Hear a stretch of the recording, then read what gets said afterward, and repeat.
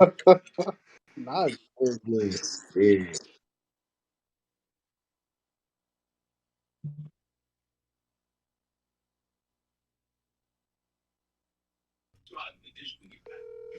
Let's see if he answers now. No. Yo, Van, hello? man. What's up? Hello? Yo. What's up? I know you're scared of the chat niggas, but it's okay. We're here. We're not gonna harm you. Niggas say you're not trying to Bruh. join the shit. Listen, we could talk about it here, but you are live. Okay, that's fine. But I actually did the Discord shit. I don't know how to do it.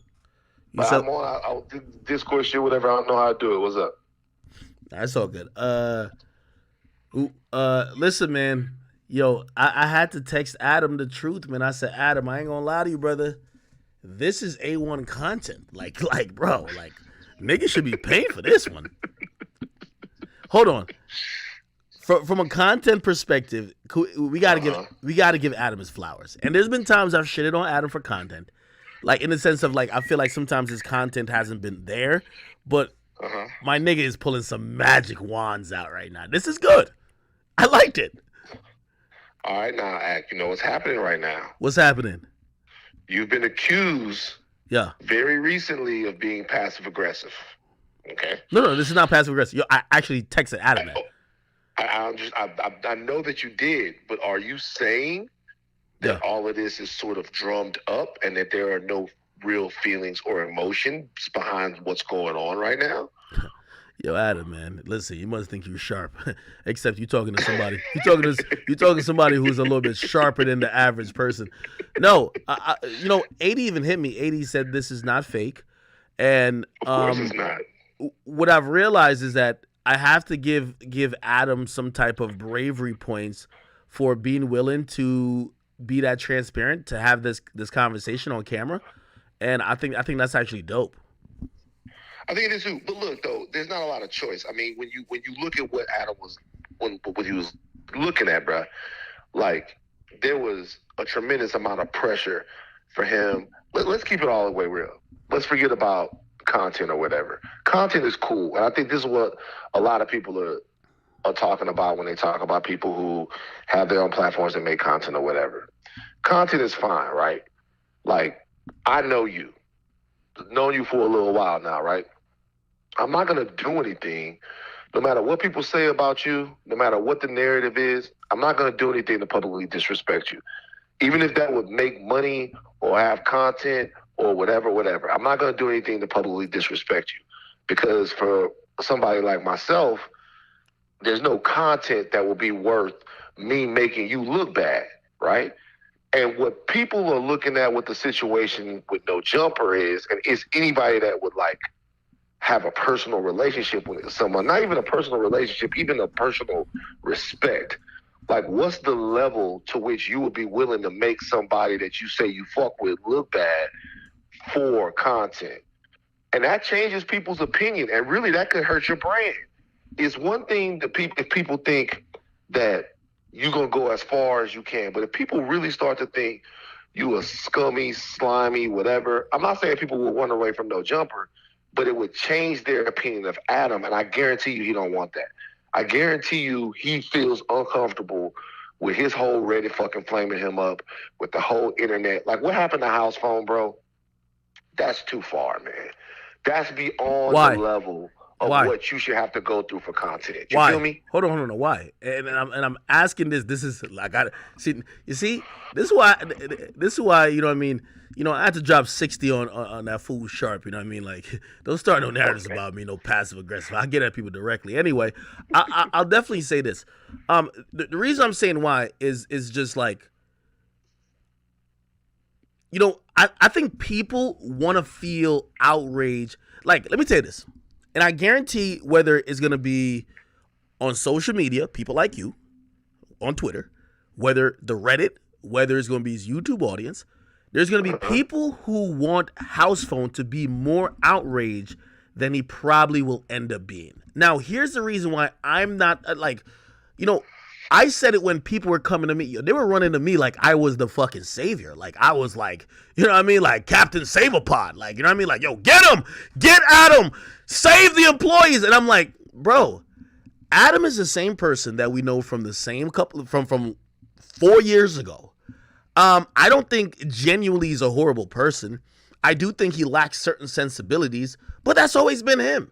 And if you know him more than me, and you watch me, I'm not working with him daily, and the same thing happening 3 years later, I basically pointed out 3 years ago.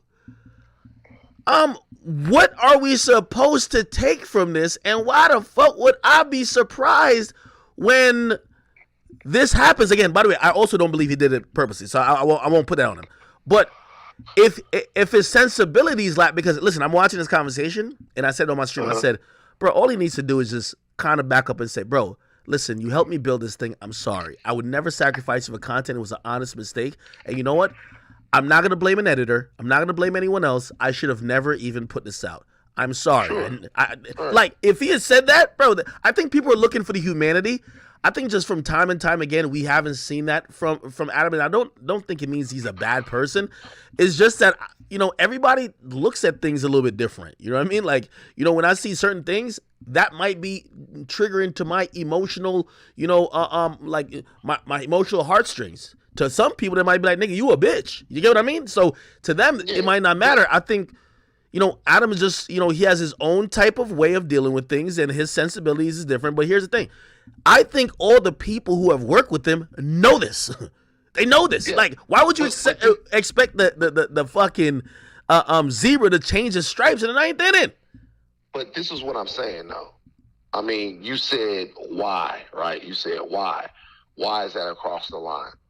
Because I would expect, right? Unless you're submitting to something that speaks otherwise, I would expect a level of personal privacy from my workplace. And I want people to understand, because, you know, we're looking around and we're looking at content creation houses and people like yourself that have their own operations when it's really just you. But I hope people don't get it fucked up. No Jumper is a workplace. And there are California workplace laws. I would assume the people there are under contracts. And there are California workplace laws that I'm sure have weight and value in terms of the way things go at No Jumper. Your personal privacy and who you are and what you are, there has to be a line. Unless you're submitting to that, like unless you're going on to a situation and you're saying, hey, whoever I fucked in 2015, you can talk about it no matter who it is, whatever I've done, whatever dope I've done, whatever situations I've been through, I'm consenting that you can do all of that. If not, there's a certain expectation that your workplace will not breach your personal privacy. And with something like that, no matter what people think, their sensibilities around the particular issue or the relationship that House Phone had that could be deeply injurious to who he is, right? Like, people talk about suicide, like if you were quote unquote outed, and I don't want to run afoul of any community, like that really fucks people's lives up if they're not comfortable being seen in a certain light. So you gotta dial it back a little bit. That's a clear fucking line, bro. A clear line in terms of your workplace, even as a media company. As a media company, like exposing things about people's private lives in that sense, that's stuff that my old shop wouldn't even do. Okay, they wouldn't. Go ahead. Yeah. And I would respond to that by saying this, right? I think you're right, and you know, you're obviously right, but here's the thing, right? And just like, you know, as you mentioned, like it's a workplace. Like, you know, I used the example previously. I don't know if it was this stream or maybe a stream before. I said, if this was Google, how would things go down, right? Like if you worked at Google and you got spit on, that's a lawsuit. If you worked at Google and your coworker challenged you to a fade outside, that's somebody getting fired. If you're working at Right. Google and you're sitting on a couch and a nigga's nose just get bloody because he gets a barrage of a 15 little Reese combo, that's a problem. But it's not Google, okay? And again, not saying it's right, but just like how, and I'm using an analogy, you know that one cop, you know that police department from, I think it's like Tennessee, where all 5 or 6 of them niggas was running a train on that one cop? You know that? You heard the story? Yeah. The girl. Yeah. like she off So Family in Guy their and shit like that. environment, they were playing wet t-shirt contests. You know what I mean? Spin the bottle, get a little head before you head out in the squad car. That was the environment. You know who it took to fuck it up? One square who just ain't want to get his dick sucked. He stinks like a motherfucker. But He stinks like a motherfucker. What you just said, though, is the important thing. What you just said is it took one person to fuck it up. If you work at a place, right, and you don't get me wrong, like, if you work at a place where somebody is saying that they want to catch a fade with you, or somebody beat somebody else up, or if you're accepting of all of that stuff, if you're into all of that stuff, like, for example, if you work, between Lush and Flacco, if Lush goes to Adam and says, yo, I'm going to sue No Jumper for putting me in the situation where one of my coworkers wants to beat me up, unless you guys fire Flacco, they got to fire Flacco. If somebody else is in a different, now the thing that's happening with No Jumper is it's this weird street ethic that's blending into what goes on in a professional setting. If everybody's going along with it, that's fine. If they work in a place where they fucking sell their beefs by catching the fade and the whatever outside, that's fine. It's fine. Let me say this. It's fine, Act, until somebody doesn't want to do it. Right? You're right. When somebody says, I don't want to work in a place where I might have to physically fight someone, and if you don't fire this person that physically threatened me, I'm going to sue your workplace for putting me in a situation where my safety is on the line. No Jumper's in trouble. And in this situation right now, this seemed to be a clear line. And the interesting thing about it was the entire employee base of No Jumper rallied behind House Phone and realized that it was a line, because fade or no fade, what they don't want is everybody peeking into their private life. Cap, talking hold on. about who they fucked and all the shit that they didn't do. Hey, listen. I'm going to introduce a term, but really, it might be a cousins or partly related to this next term. If you ever heard of Stockholm Syndrome, I'm going to call it, Yesa Master Syndrome. Let me tell you this. I knew you was about to say something disrespectful. No. I'm being honest with you. No. Like, wait a minute. Now you think everything's a joke. I'm really, because all you have to do is say Stockholm Syndrome. No, because this isn't Stockholm Syndrome. This isn't. I knew you was gonna say something. This isn't Stockholm Syndrome. Okay, this is something else. Here's the thing. I do believe that this situation is kind of like different because put it like this. What are the options for House Phone? The audience might be gassing them like, yo, no, you should quit and we're going to support you. When have we seen that work? They told Rory and Millie Mall they should quit. Them bum ass niggas is damn near homeless now, okay? Listen, you got to stay where you at. Well, and you know it. They podcast doing well. And that's cap, anyway, nigga. Move on. Well, I don't even want to talk about it. Hold on. So hear what I'm saying. Move on, bro. All right, hold on. No, I guess. So hear what I'm saying. The situation become exacerbated by the fact that are there viable options if you're sick of this? You know what I mean? For whom? Huh? For who? For House Phone? Yeah. What's the viable option? I mean, I don't know. If he comes to social media, first of all, they live in LA, my nigga. They're gonna call you a bitch. You're probably gonna get DP'd on the set. So look. And actually, the DP you might get 2 different DPs. I can't speak on what his options would be. I do know that back on Fig and Community, I know that those are places right now, the Ace Boys, all of that have movements that are growing. So I'm assuming that if House Phone didn't want to be with No Jumper anymore, that he has enough of a fan base that he can either start something on his own, do interviews or whatever, or go to one of those other no jumper adjacent Van, sort of Van, places, this is and why at I hate least you. and at least hold on, and at least be able to make a living doing it. Van, I'm assuming that that's the thing. this is But if why you're I hate you. I hate you because of this. if you're telling me This that it will bullshit. be as good, it's not bullshit. I'm just saying you're asking. You don't know what he could do. No. Like This hold on. don't. We Yeah, do know. Hold on. This type of you don't rhetoric. know. This type. Hold on. This Don't type know of what he rhetoric. could do. This type of rhetoric simplifies and actually devalues what Adam has done. Why? So what Adam has done, and people like me have done, we have worked our ass off to create a platform, and even what Joe Budden did, worked his ass off to create a platform. And when you say, "Oh, just go make your own," it sounds good. But you know what the problem? But you know.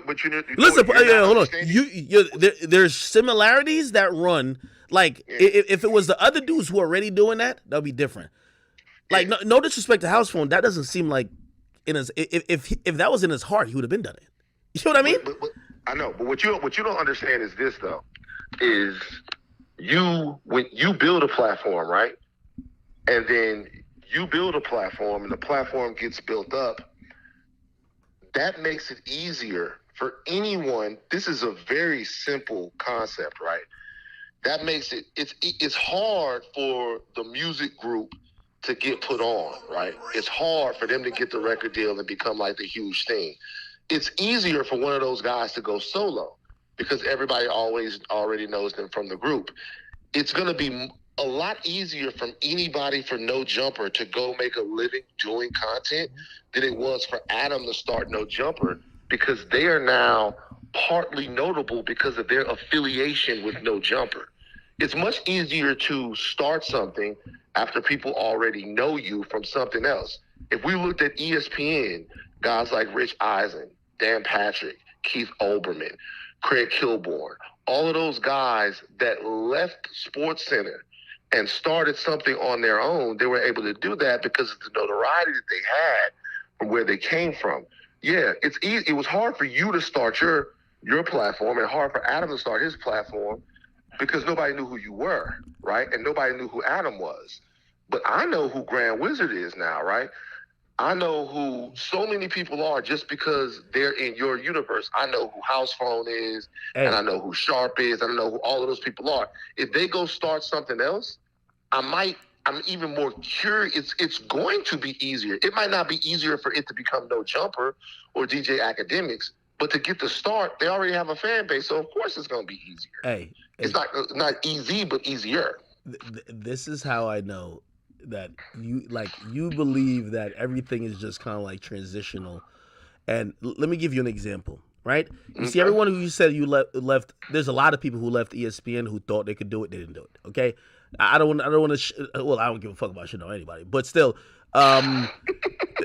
in reality, let's stop acting like it's automatic. First of all, like you mentioned Grand Wizard, right? I didn't say it was automatic. Hold on. I said it's easier than starting from scratch. Okay. I'm not saying it's not automatic. Hold on. I'm not saying it's not easier. I'm not saying it's, but I'm saying that it has to be in you already. You see, Grand Wizard took it up on himself to say, "Yo, let me create something that might be adjacent or aligned to the brand, but I'm gonna create it. I got to put the work in." Put it like this: if what you're saying is right,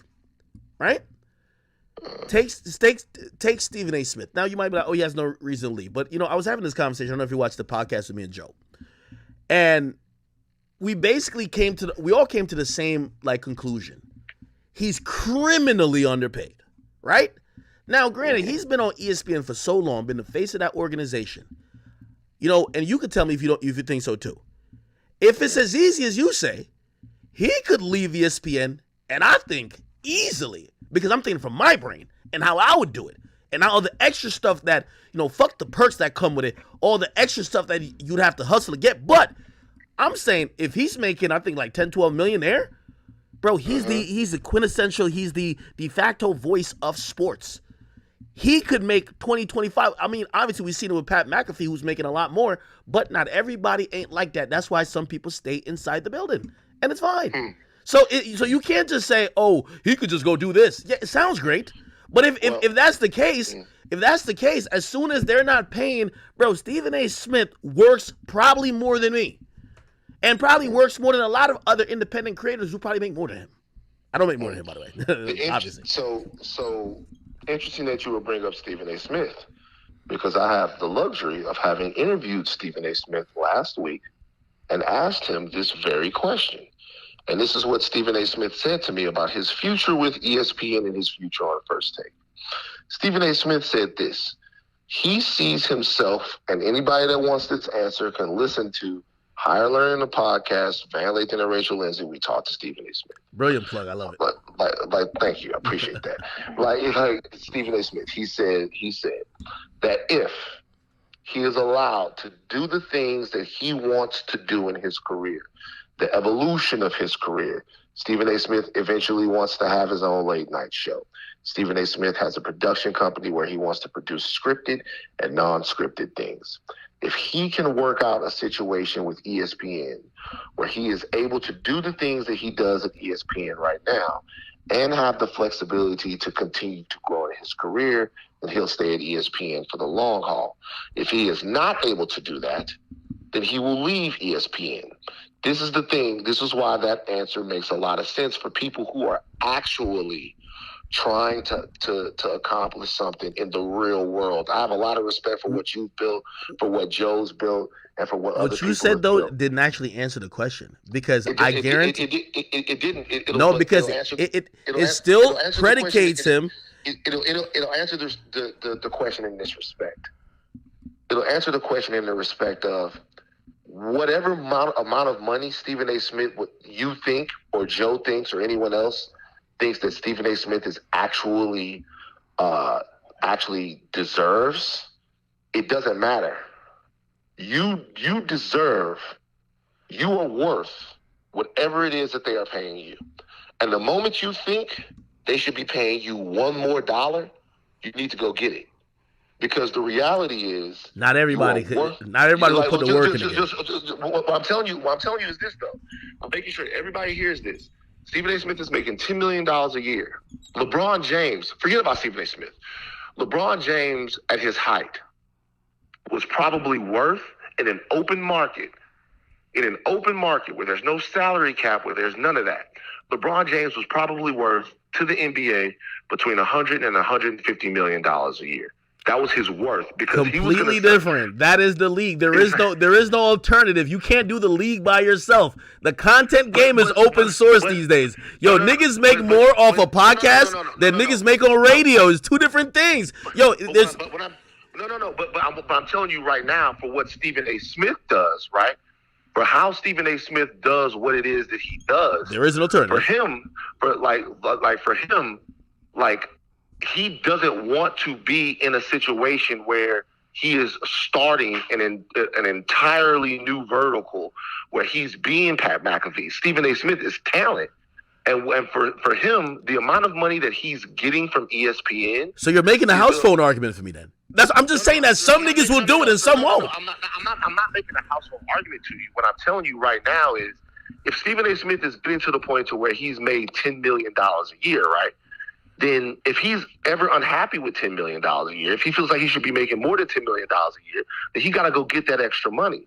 But if the smarter thing for him to do, and this is based upon what he actually told to me, is to continue to make the money that he's making with ESPN and work with the company to find out what the way for him to maximize his potential is. And the reality of that is this: it's not one way. People have different ways, right?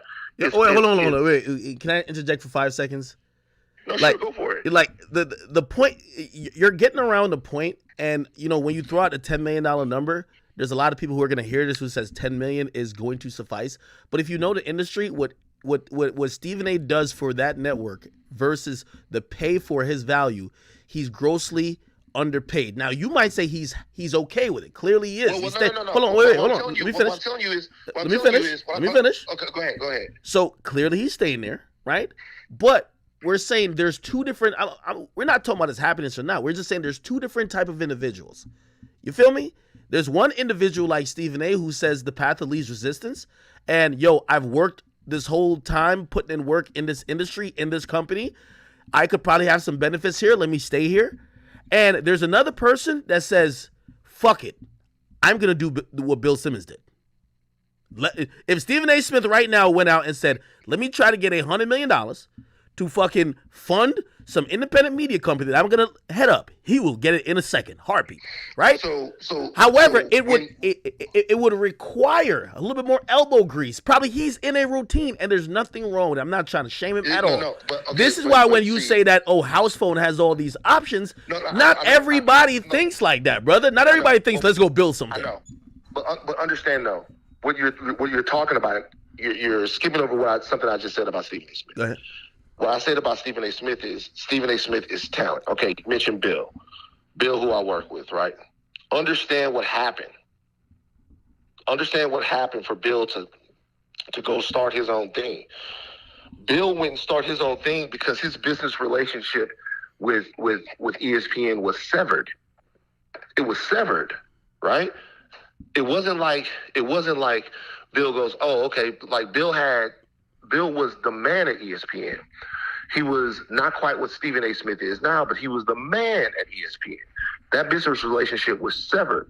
So when the business relationship was severed, Bill had a successful podcast. He had a vertical there that he had with a lot of people. He took those talented people. He said, we're going to go start something of our own, and we're going to build that up.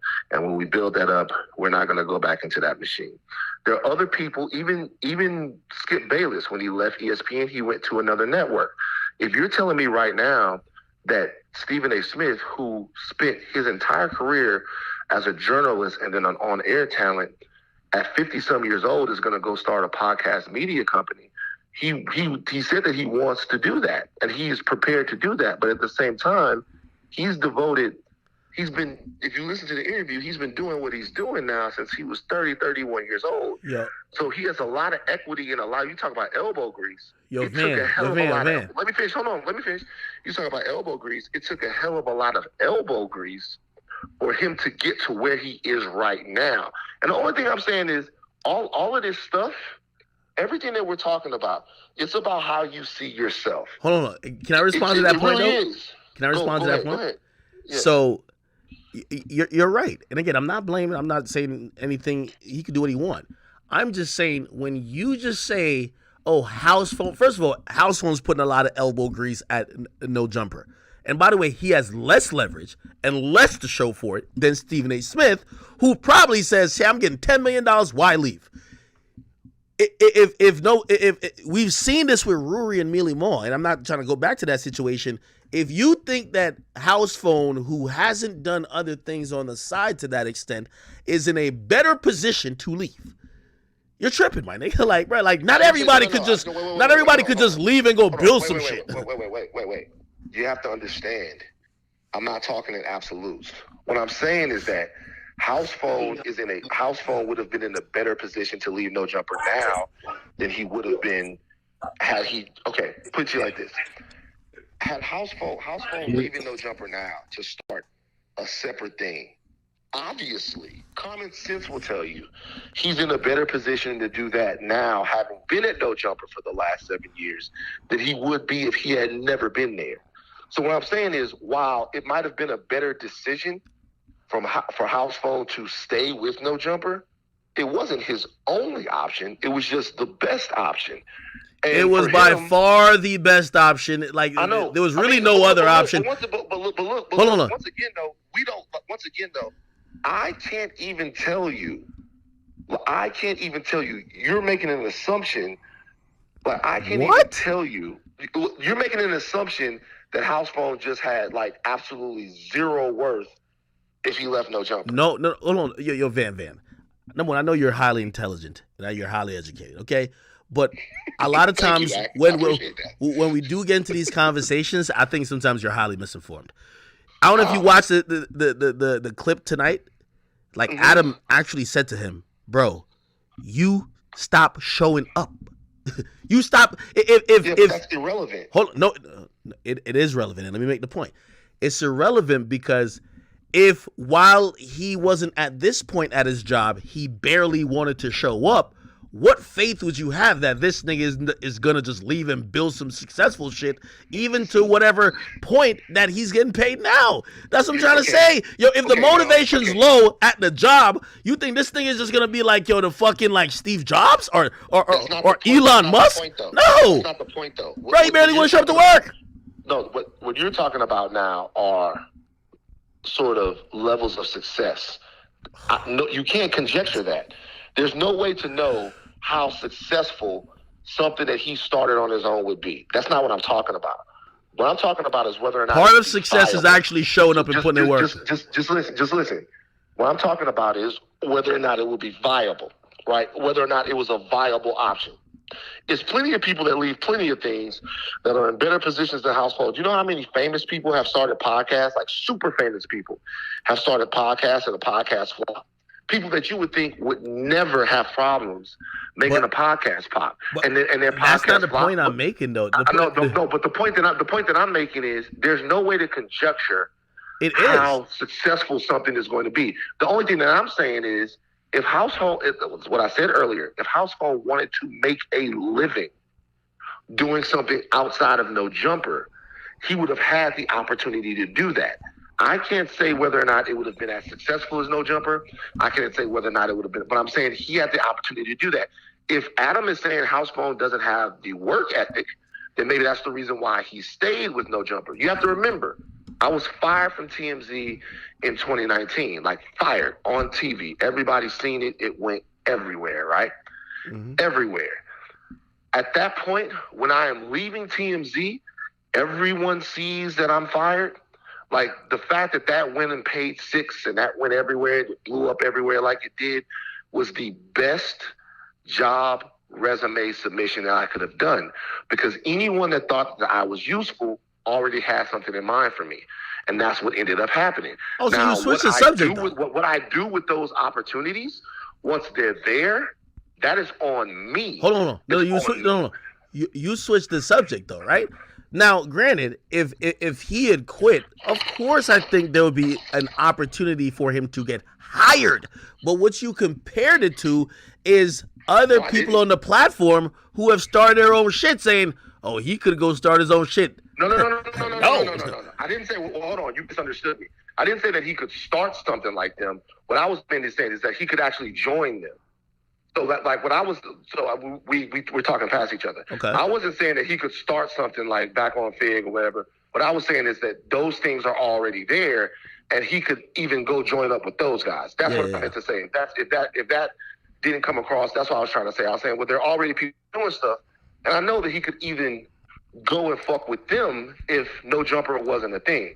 Those guys are doing what they're doing because they see that at some point they want to have their own shit. Let me ask you this question. This was a heated debate on my stream, and I was talking to my man Fax. You know what I mean? I don't know if he agreed with me or not. Okay, so my man Flacco, Big Flock, you know what I mean? You know, he's in his villain arc over there. You know, there's another dude like Almighty Suspicious, like, yo, he keep like trying to check him. You feel me? So apparently he tried to check the dude, and like, I ain't gonna lie, like, he was kind of turning up on Big Flock still. You know what I mean? Flock kind of held his ground, but he's still turning up. At this point, remember, we got to think about the environment. You know, like, Flacco can't just run to court and sue. So knowing that, right?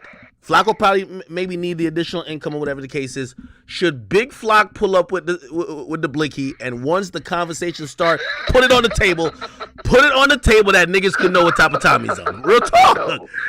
Yo, serious. Like, at least just put the blicky on the table that niggas know what's up. I guarantee nobody shot at him. No, don't do that shit, Flacco. Don't listen to these niggas, bro. You should stop playing. Go up there, hey, bro. So hold on, he should have catch a fade then. Wait, hold on. Should he just catch a fade? Since when has all of this? You know, I blame you for this catch the fade era in media, bro. No, that's some LA shit. I swear this is LA shit, bro. Nigga, I ain't gonna lie to you.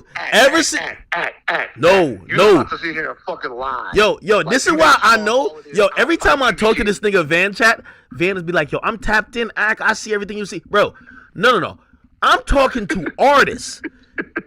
No Jumper, ever since No Jumper hired all these niggas that's ganged up, nigga, all these niggas got like some type of flag. They've been on some shit like, we could catch a fade in outside, Like, everybody been on that. That's what they do. Nigga, they brought that in. Fade culture is a part of the culture at No Jumper, but it's corny. No, I didn't start it, though. You trying to say I started? It is no. What I'm telling you is the first time I ever heard, because not the first time, but in terms of this new era, I'm talking about like a personality talking to a rapper, and then all of a sudden it's like, and if you want to, we can meet up somewhere to fight. I'm like, I've hit you before. I'll be like, yo, nigga, what the fuck you doing? Why are you trying? Hold on. Like, why? All right, hold on. I'm gonna say something, but every time I drop truth bombs, niggas don't never want to talk no more about it. Mm-hmm. You want me to respond to that? I know what you're gonna say. What? That they started it with you? No.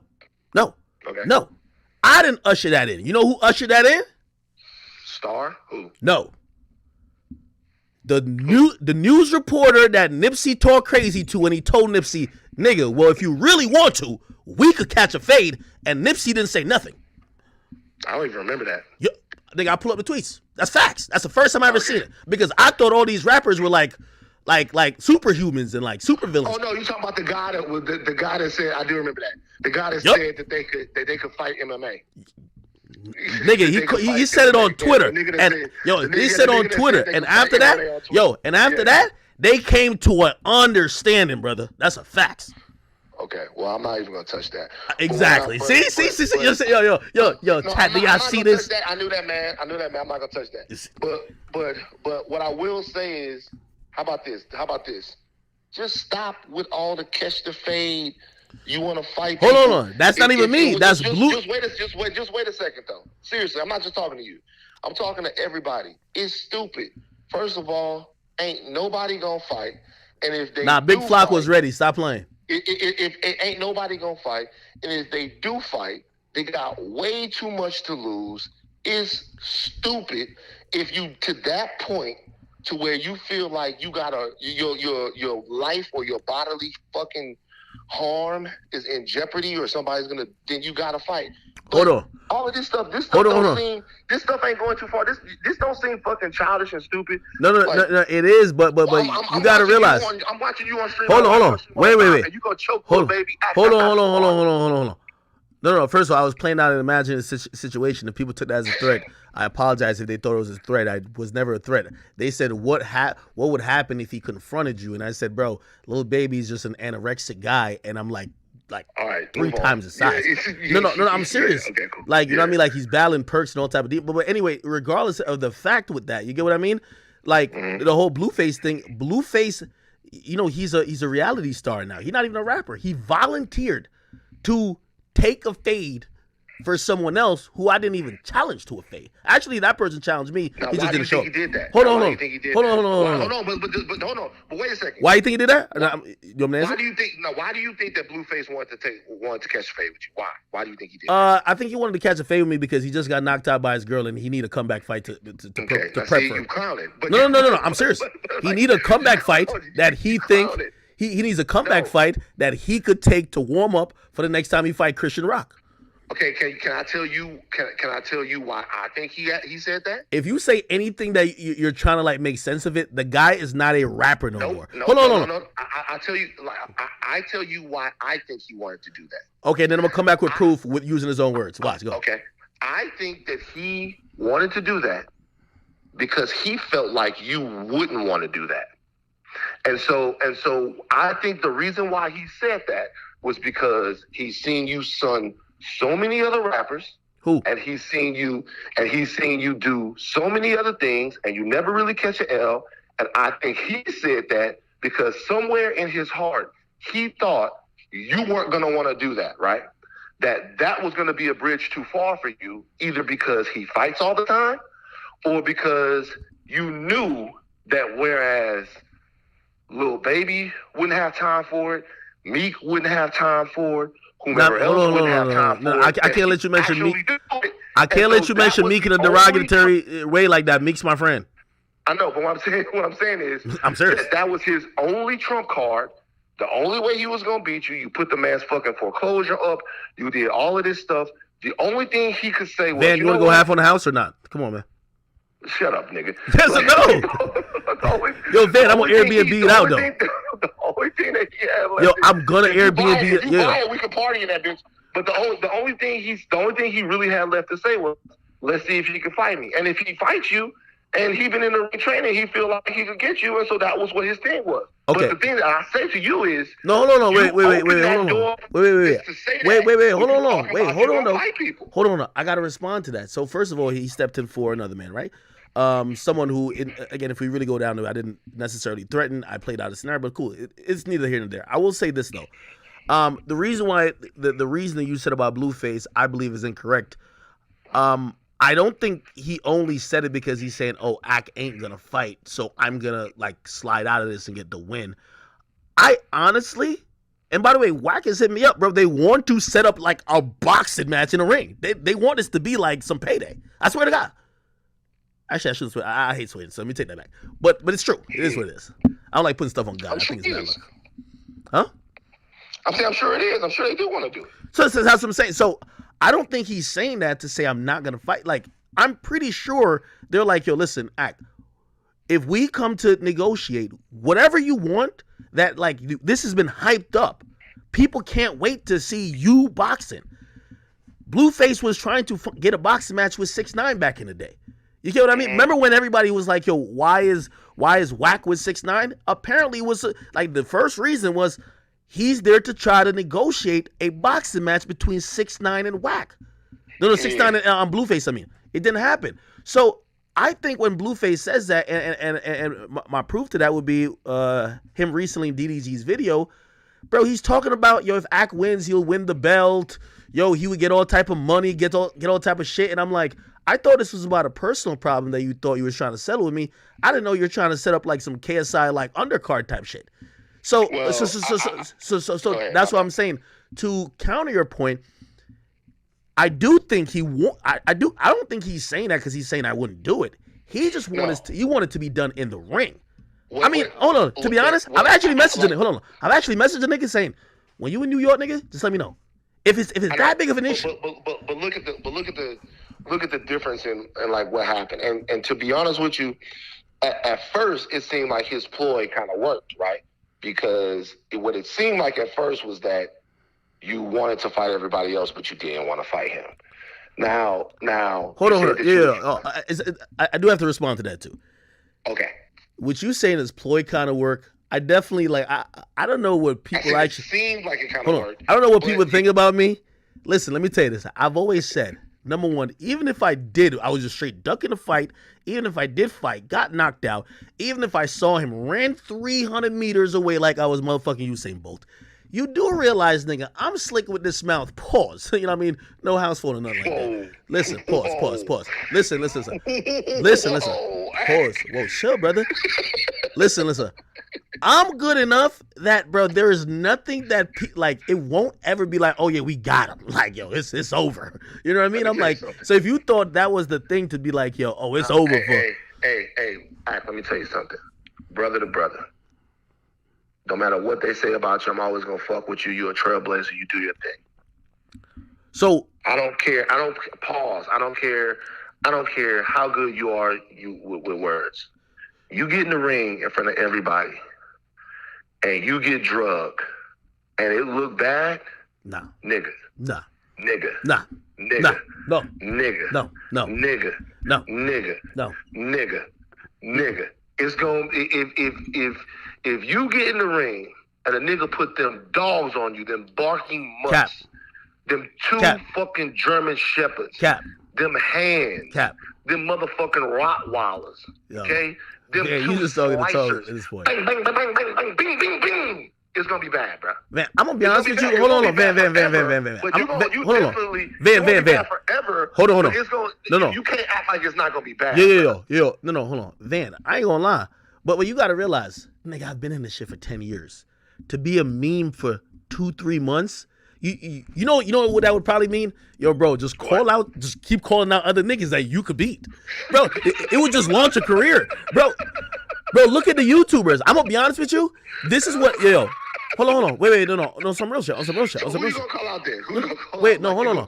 on some Right. real shit. I remember when I first saw like influencer boxing. I remember saying some of these guys have a career and a reputation. Even the guy, he was a famous TikToker. He fought the McBroom dude, and I remember saying, "Yo, yeah." By the way, I was in the stadium, or it was Hard Rock.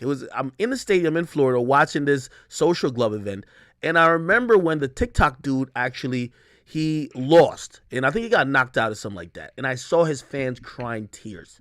It was little kids who probably literally, and I remember saying to myself, real talk. I remember saying to myself, wow, this nigga just ended his career. I remember talking to DDG, right? DDG called me and he told me a couple of opponents that he could fight.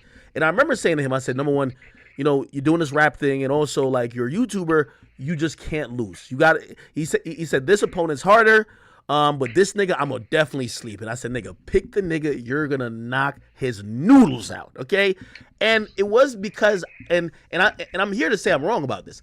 I thought that if you had an audience and if you lost, right, it would be fucking over and it will always be over for you. Nah, it's not going to be over. Hold on. Wait, hold on. And I'm going to give you some examples. Look at somebody like Deji, right? He didn't win for a long while. And actually, to be honest, he went from being ridiculed to people were like rooting for him. What I've realized about influencer boxing, now granted, it's a little bit different for a rapper, especially if you claim you're a gang member. Because now niggas gonna be like, totally pussy, different. right? People gonna look like a pussy. But I just think people who do content, you're always gonna get memed. If you get knocked out, you're going to get memed. If you lose, you're probably gonna get laughed at. But I really don't think it's the end of things. So that's why it's not the end of things. I used to think it was. For a guy like you, but let's be real, seriously.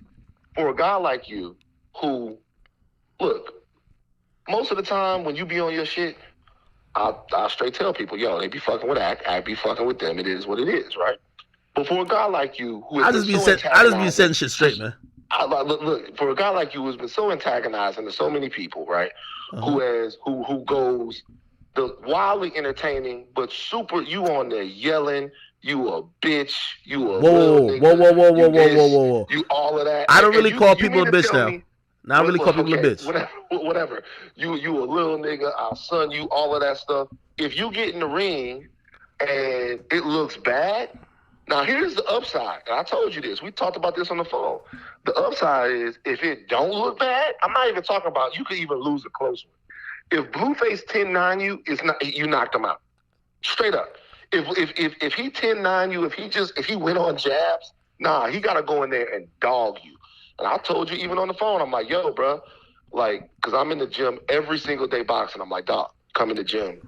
Nigga could teach you how to, like, it's not Floyd Mayweather you in there with. Like, nigga could teach you how to kind of get around there and get your shit off. It's not that big of a deal. But you even saying that conversation is acting like the imminent and biggest reason why this wouldn't happen. Because this is a conversation. Hold on. Don't say the number. Don't say the number. Did not call you and I say, because I was entertaining this for a moment. Mm-hmm. I said, yo, for a certain number, I don't give a fuck what happens. I'm in that ring. But right. I need that number. You remember you called me and you said that. So like put it like this. Of course, Blueface is gonna like make it sound like, oh, he's super scared this and third. But number one, first of all, like Blueface isn't that relevant. Like for all, put it like this: would people want to see Blueface fight me? Then why are you doing it in the first place? Then no. See what I'm saying? If he's not that relevant, wait. No. I clown everybody. How that seemed. Yeah, this how it seemed. It seemed like you only bring up the fact that he's not that relevant. No. I clown everybody. It comes down to boxing him, but he was relevant enough for you to be on his ass about all. No. Hold on. Boxing is different. I clown everybody. I clown D Savage. You ever heard of him? Worst rapper on the West Coast. I don't know what that Horrible. Is. Like, you ever heard of a nigga named Young Bands? I clown him all day. Nigga, have you ever heard of a nigga named Sharp? Nigga, I literally like nigga, they pulled him off of Skid Row. He was pimping out them crack. Sharp, bro. All right, but that's what you like Sharp. Hold on. You know you like Sharp. I do like him. That's true. But here what I'm trying to say is, nigga, I talk about everybody, bro. Nigga, if a crackhead off Skid Row find a phone unlocked and he say fuck you act, and I don't know, man, I'm off the Henny and I take one good sip and I just look around, I might go on the crackhead too. But now that's different than, okay, oh, I'm mad at you, so I want to like do something. All right, do what you got to do when you say you got to do it. Got you. Now it's different if those people are saying let's box. I could bring up someone else. First of all, there was a 5'1" midget named Guap Dad 4000 who wanted to box with me. Right? This was on Clubhouse conversation happening. You think I'm scared of that nigga? I know Guap. That's my man. Okay, exactly. Yo, you got mad political connections, Jesus. But anyway, you think so? It's bro. But what did I say? And 21 Savage was trying to facilitate that. Political connects like Guap is. Hold on. The governor, he's a rapper. Hold on. Yeah, no, he got mad at me because Russ ended his career. It wasn't me, nigga. Like, if Russ beat you up, ain't me, nigga. Like, actually, I love for the nigga, man. But damn, I forgot about that. Yeah, Russ slapped the do-rag off his head. I don't know what happened. Like, that ain't got to do with me. Russ didn't do. Shout out to Russ. Russ set it off. Stop playing. Like Russ got some niggas that be with him, and I think the whole. Stop snitching on him, man. You doing the gunner right now. Stop snitching my boy Russ, man. Stop snitching, man. Hold on. You know it's all love. Yo. All right, but anyway. So with the Guap Dad 4000 thing, I was just like, yo, listen, if I'm going to get in the ring, you got to remember, nobody actually wants to see these guys. The only fight that Blueface could really sell is him versus Krishan Rock right now. That's it. Like, and I'm not advocating for domestic violence at all, but I'm saying he's not really, like, the boy was about to fight Swaggy P. Put it like this. I was in Nick's corner. Put it like this, because of how hated I am, if I'm going to get in the ring, I might as well cash out. That if win, lose, or draw, I'm taking it to the bank. You know what I said about the Guap Dad situation? I said, if I'm going to get in the ring, I'd rather get in the ring. At that time, me and Meek, we ain't having that conversation. I said I would have rather it been with Meek, or I would rather it be with Freddie Gibbs. Why? And granted, apparently Freddie Gibbs is taller. Nigga, who knows? I don't know if he can box. Who cares? But I would get the most amount of money. You feel me? Yeah. But this is my thing though. Blueface is relevant. I'm sorry. I'm not, whatever you say about Blueface. This is my thing though. Hold on, we got to get him to a clinic because did you see that video, man? What video? Oh my God. Whatever. I didn't see it. No, hold on. I gotta describe it to you. Bro, let me describe. It's a lot of. No. I gotta describe this video. I try to keep up with as much of this shit as possible. Yeah, hold on. No, hold on. All right, hold on. And let me make another point. because everybody keeps saying, "Oh." Let me make my point. No. Hold on. I just gotta make this one. I'm not diverting. No, you're not diverting. I'm talking about Lil Baby though. Hold on. I'm talking about Lil Baby. So put it like this. Right? Put it like this. Yo, it's like Jake Paul. No. Listen. It's like Jake Paul. Jake Paul, his aim in the game isn't to fight every single person who claims they want to fight him, right? His aim in the game, right? Once he got in the fight game, he's like, yo, listen, I'm going to use the equity or the hatred y'all have of me, and I'll fight the guy who y'all think is going to win the most or the guy who's the most, counter. It's like, it's like in wrestling, let's build up somebody as the heel and somebody as a good guy, right? Yeah. If it's Lil Baby, yeah. You feel what I'm saying? Like, if it's Lil Baby, yeah. Again, Let me tell you something about what you're saying now. Uh-huh. There are two Jakes. What? So let me tell you what I mean. So Jake trained all summer long in Philippine boxing in the Valley. Jake and BJ used to come in there. I didn't see Jake. I didn't worked alongside of Jake. I didn't see Jake. Jake was in the gym. How many rounds did Jake put you down and keep it a bean? I never fought Jake. But let me tell you something. What you're saying right now is if you want a big fight with Jake Paul, then yeah, you have to have a name. But see if you're in and around the gym and you look at Jake and you say, give me 4 rounds, he will give you exactly what the fuck you want. And I'll tell a story right now of a heavyweight that I used to spar with when I was first getting my, when I was first turning brown, before I was green. Dude used to be in there, could not wait to get in the ring with Jake Paul. Couldn't wait. Used to always talk shit about him. Got to the point to where we was like, yo, just tell him you want some work. Got in there, told him you want some work. Jake and BJ was like, yeah, sure. This guy is not a small guy. This guy used to spar with me. I'm a lot bigger than I used to be, but did he fuck you up? At that time, I was about 240. Jake beat the shit out of this boy.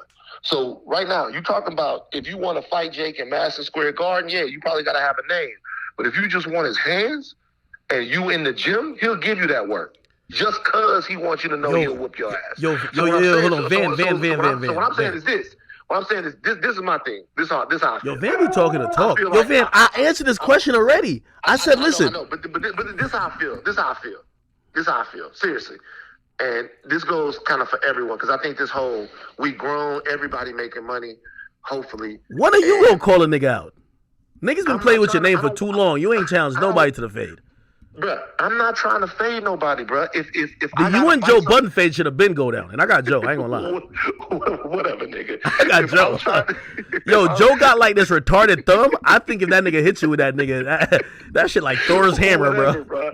Whatever. I like as a Yo, man, Joe was on drugs for a good while, man. I wouldn't fight a nigga like, fuck off, dog. Bro, I'm serious. As a man, I don't run from any. Remember, I got lost Joe. my job at TMZ because I lost my temper. So what I'm telling people is that it's and that should be the last resort. But what I will say is either we fighting everybody or we ain't fighting anyone. You can't be about fighting one nigga and then not about fighting the next. Nigga, you think we in the league? Get out of here, nigga. You think we in the league? Get out of here. Everybody. Get out of here. Hell no. Hold on. Yo. I want to ask you about something. Yo, hold on. I'll answer that in one word. I'll answer that in one sentence. But this is why I'm Big Ack. Big Ack pick and chooses. I don't give a fuck. First of all, the streets is over. So hooray, the streets been over. We don't gotta listen to the streets. Does Ack pick and choose? Duh. You get what I mean? Like, of course. What do you want? Like, let me ask you this. Seriously, bro. What is this about? Like, when you and Sharp gonna squash this? You and Sharp gotta squash this. Sharp, come on, bro. There's no reason for you to be beefing with Sharp, bro. There's no reason for you and Sharp to be beefing. Sharp cool. You cool. I know you respect Sharp. I know Sharp respects you. Like, what's the point? What's the point of all the animosity? It's like, it's nothing. No. Hey, play this. Nah, me and Sharp, we absolutely have nothing going on. He just, he made a comment saying I was passive aggressive, so I just wanted to show him what being direct is, because clearly he feels like there is a lack of being direct, and if there's anybody who should be accused of that, it's not me. I love talking directly to people. You feel what I'm saying? I'm not the guy, nigga. I'm not dropping a bunch of subliminals like Jay-Z, my nigga. I'm the person who say your name 30 times, nigga. So again, when he said he was like, oh, I'm a little passive aggressive, I just had to give him a dose of being very direct. And now that he knows that, he should know that, if I did have something to say to him that's derogatory, or if I had to, address him, I would address him by name in a nice little rant. And, listen, man, I'm just trying to, I told that boy to clock in, man. The next thing he do, I'm going to get Adam to dock his pay. Next time we talk, I gotta go. Next time we talk, can I give you my opinions on 1090J so we can talk about it? But yo, 1090J might want to catch a fade with you, man. Are you laughing? All right. I don't give a fuck about that, nigga. I'm grown ass. I'm 42 years old, bro. That's 1090, man. All of this shit seems like fucking kids. Hold on. Like, wait. Crazy. I think you can give me your opinion before you. Wait, hold on. Because we've talked a little bit about it. I won't even cut you off. Just give your opinion in just about, because I know you witnessed the whole Boston Richie thing and like a couple other things. Mm-hmm. Your thoughts?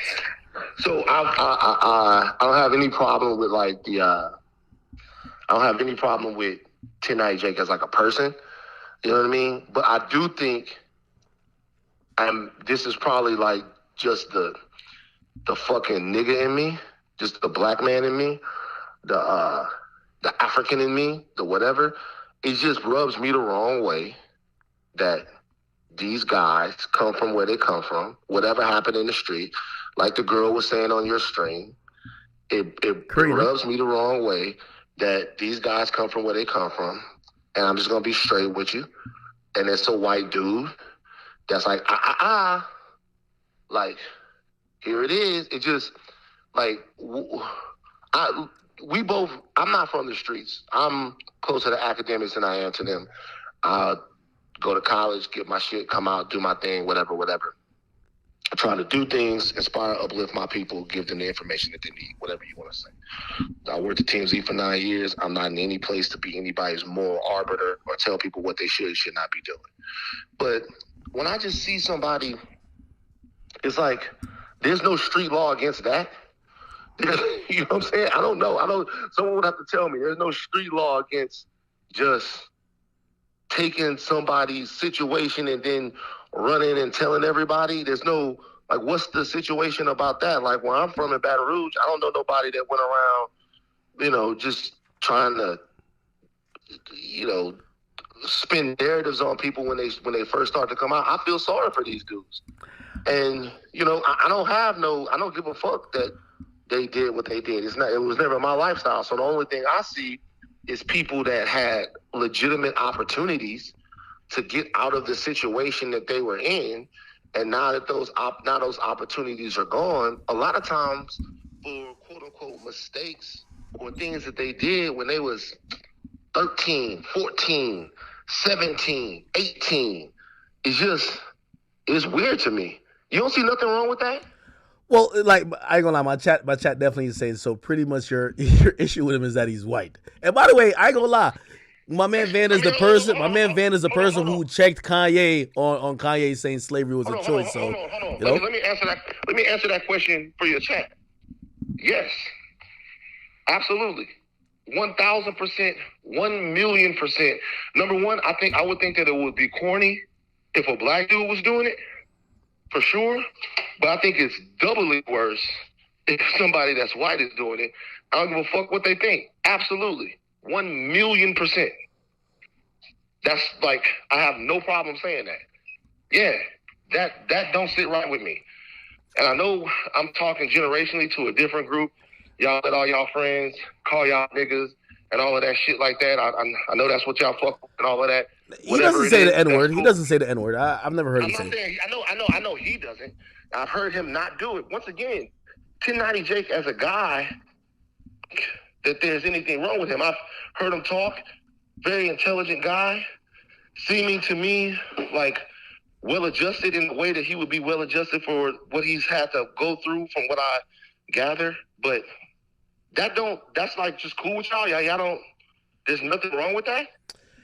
Okay. And by the way, we've had our conversations about this. Yeah. Like I don't think I excuse everything, but I definitely see I see his place in hip hop.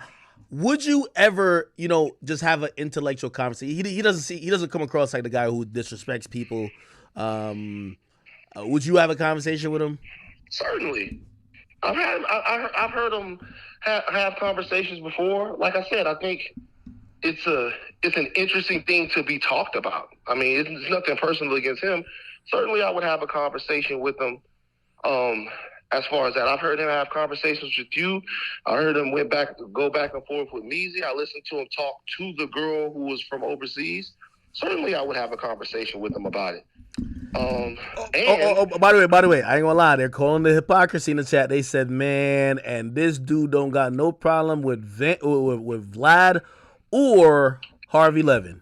They said you only got that energy for 1090. So I'll speak to both of those things real quick. Number one, I have a problem with both of them. So let me give you guys a quick history real quick. What TMZ would do is, what my thing with TMZ was that TMZ covered celebrity news, right? And they would cover celebrity news, and the news that they would cover would be about all kinds of different celebrities. When I first got to TMZ, this is straight up. Want to read more about it? It's in my book. But when I first got to TMZ, I thought that TMZ was essentially like E! News or one of those other joints. It took very little time for me to realize the cultural issues that were going on at TMZ. So I'll never forget, there was one specific story that they had done. I was like, that's it, I'm leaving. I talked to a friend of mine. The friend of mine said, it's actually better for us, very prominent rapper. Everybody on this fucking thing knows who he is. Everybody here would have them in his top 5 because it's actually better for us if you're there. That way you can be more of use to the culture. I stayed at TMZ and I did what I could. In terms of what Vlad does, me and Vlad have had conversations before about situations, particularly an interview that Vlad did when he had an interview when No Plug was sitting next to a big stack of money, and me and Vlad talked about at length all the time about what I feel about some of the stuff that goes on Black TV. What I would say here is there is a little bit of a difference here because of the 1090J thing. TMZ would do stories, and the stories that they would do would be embarrassing for artists and embarrassing for people.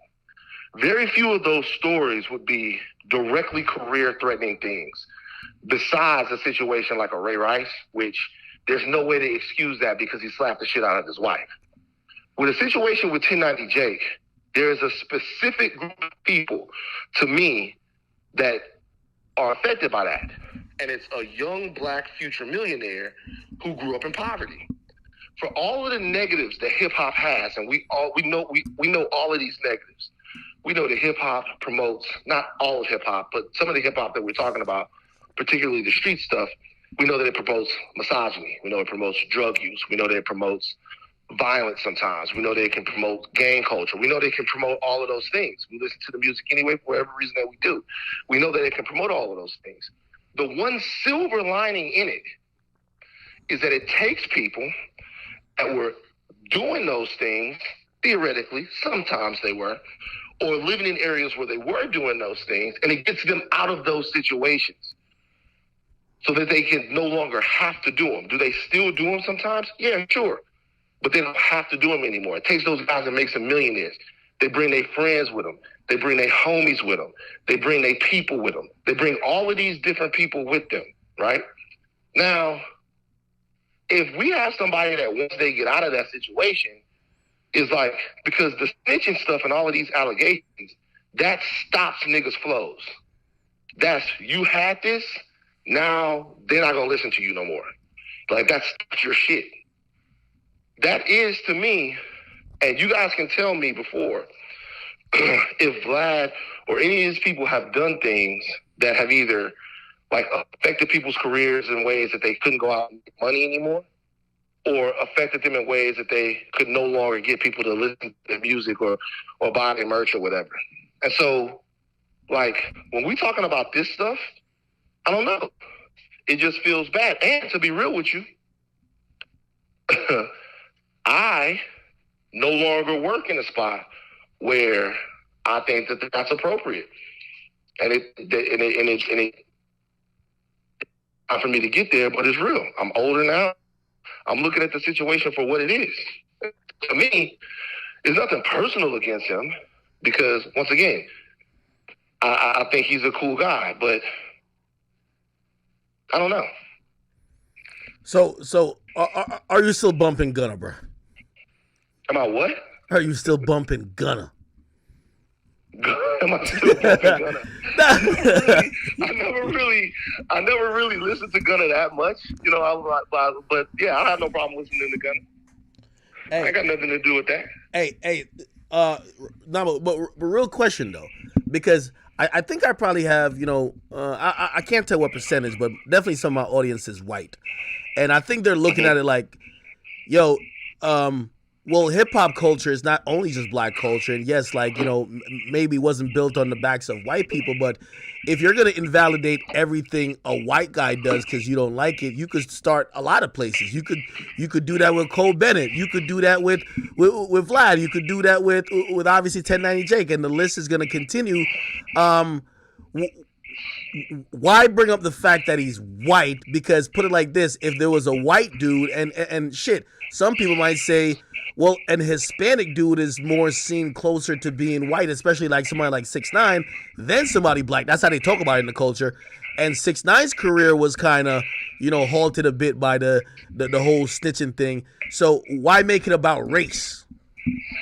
Well, because to me personally, I think so. Let's look at a couple of realities.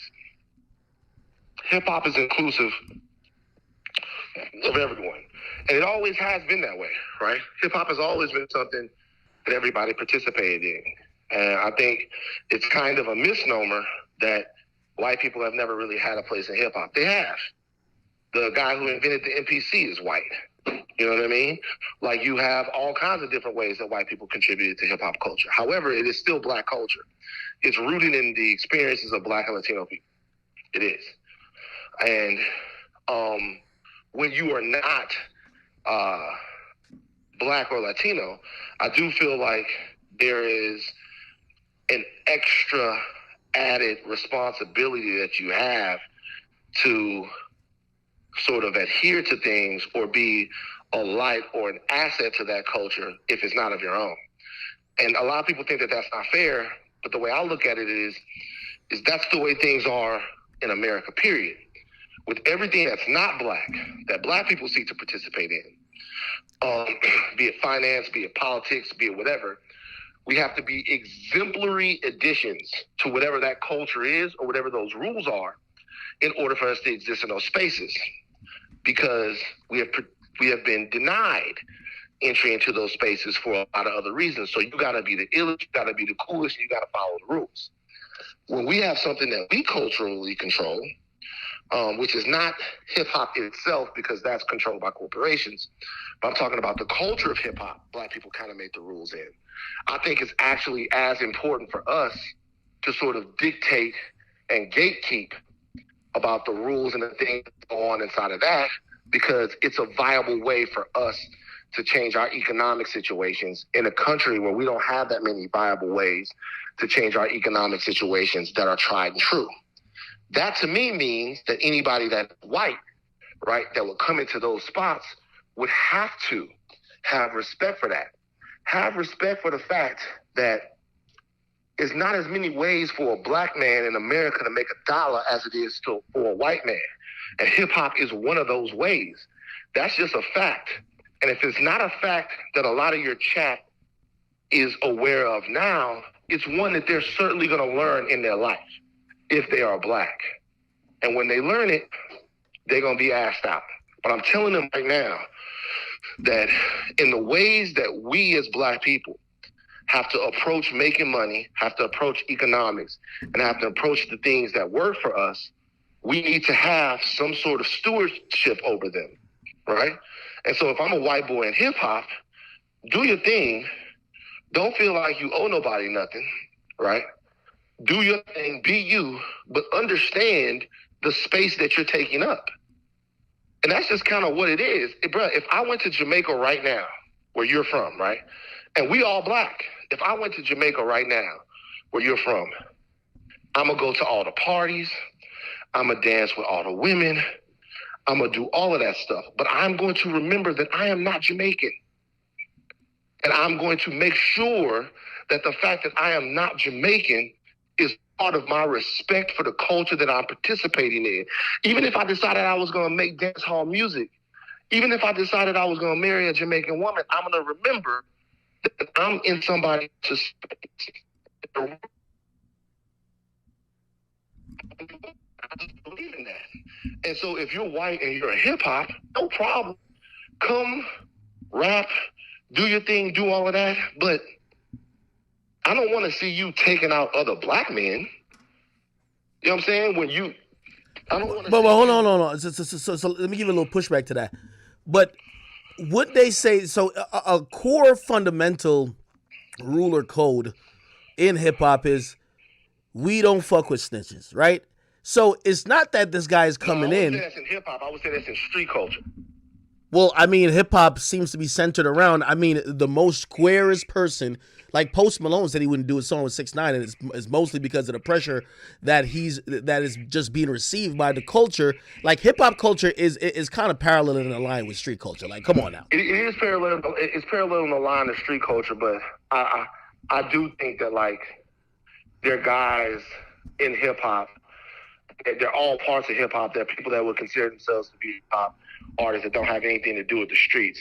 Now, if everyone decides that they're not going to do a song, if doing a song, I can guarantee you right now that Post Malone is not doing a song with 6ix9ine, not because 6ix9ine is a snitch. Post Malone is not doing a song with 6ix9ine because everybody else has decided they're not going to do a song with 6ix9ine. No. Well, it's whether it's either one. The origin of why people decided not to do a song with him is because he cooperated. So again, what I'm saying, it has a bearing on the culture. All I'm just saying is that 1090 Jake isn't coming in and instituting a new rule and causing a witch hunt. The culture claimed they don't like snitches. Now we're mad at the guy who actually points them out.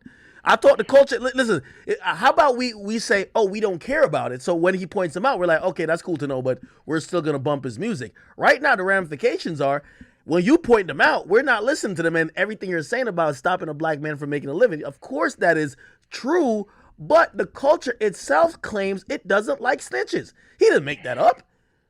I mean, to be honest with you, the reality is that no one likes a snitch.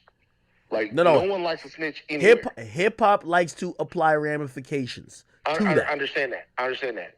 If you in the police and you go to internal affairs and you tell the rest of the police not gonna fuck with you. If you in the army and you go and you rat on the rest of your platoon because they did stuff, the rest of the army not gonna fuck with you. Hold on. I hear what you're saying with that though. Let me finish this. Let me finish this point. Let me finish this point. There are special rules and laws to protect whistleblowers in our society, because if there weren't rules and laws to protect whistleblowers, whistleblowers would be ostracized in our society and would be unemployable after the time that they blew the whistle. So I'm not saying that to say that like that your point about hip hop isn't true or salient. I'm saying that to say that like that's something general in society, but it's only one facet of hip hop that actually really claim and preach that that's what they live by, right? The people that say they come from the streets, they claim there's a code that they follow, right?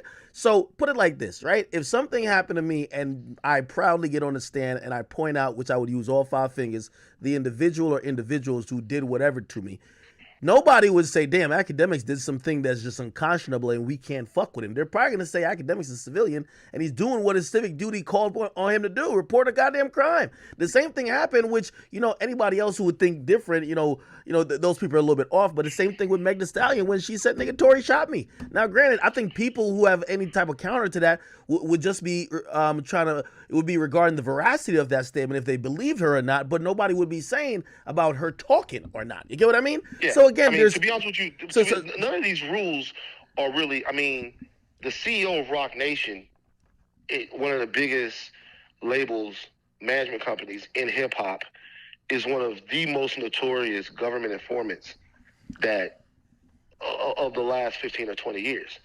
I mean, hold on. Okay, that's a fact. Do you think it's weird then that Jay-Z works with her? Because Jay-Z said he lost 92 bricks. He was in the streets. He was a drug dealer. You know what I mean? Do you think it's weird that Jay-Z himself works with her and other gangsters? A little bit, but I don't know.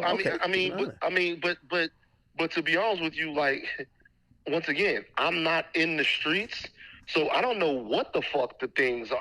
I really don't. I just know that everything that they say about her is true, right?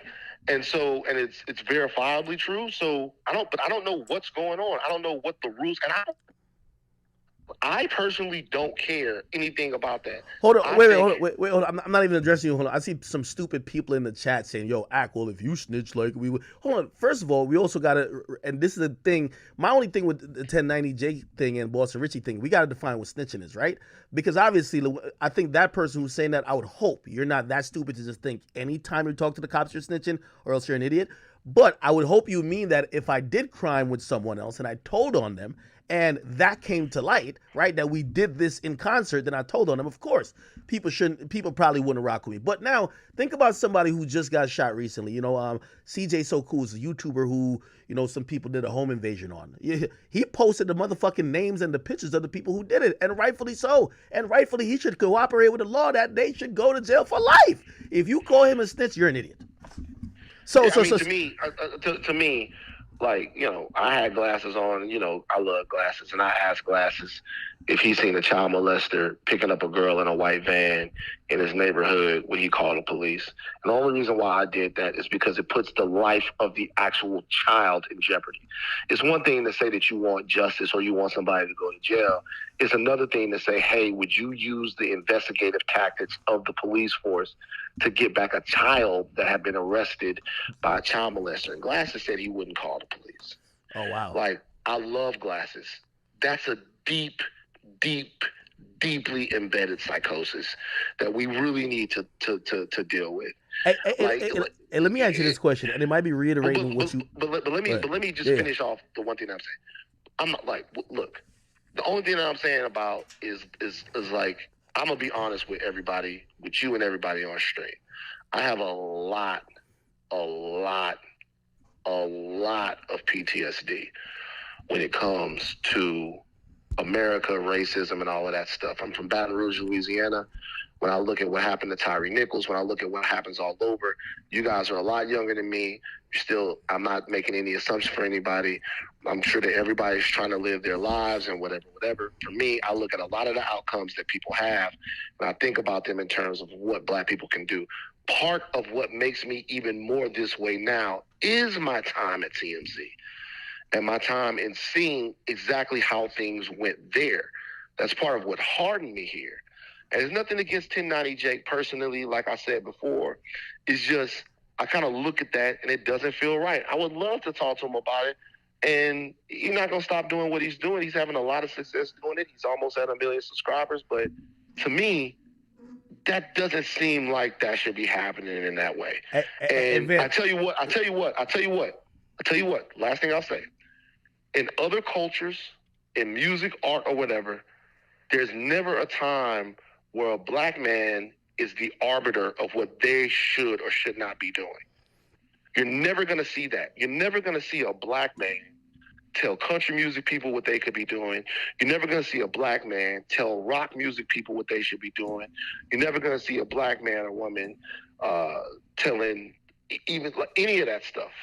The only space where it would be that somebody could come in here and they could have the type of power, and that goes for anyone with that. You know, Vlad, Adam, all of that stuff. We're accepting, and they've all dealt with that in different ways, that criticism. But, you know, it is what it is.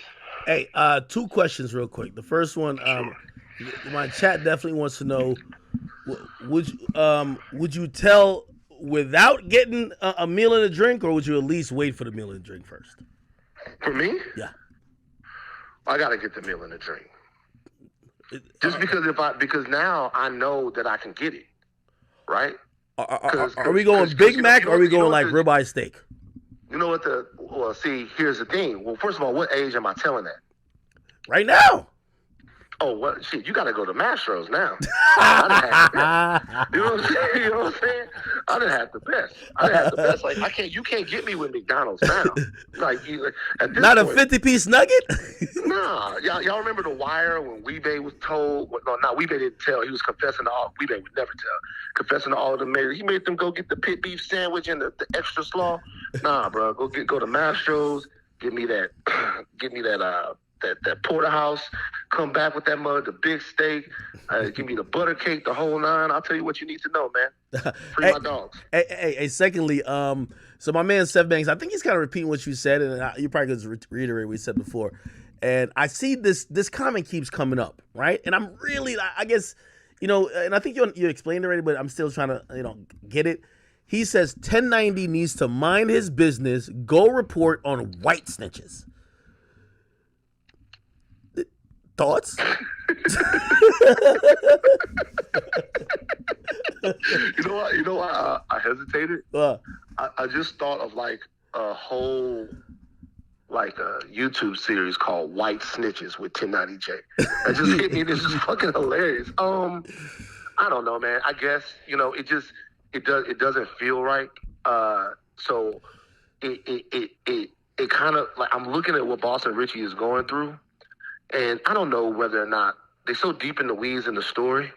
I don't know whether or not Boston Richie is a snitch or not. I really don't. I just know that I feel bad for him. Like I feel bad that he popping out doing all of this, and now all of this shit is coming up. Man, I watched Spot 'em Got 'em Say Cheese interview. Spot 'em Got 'em wasn't even speaking English.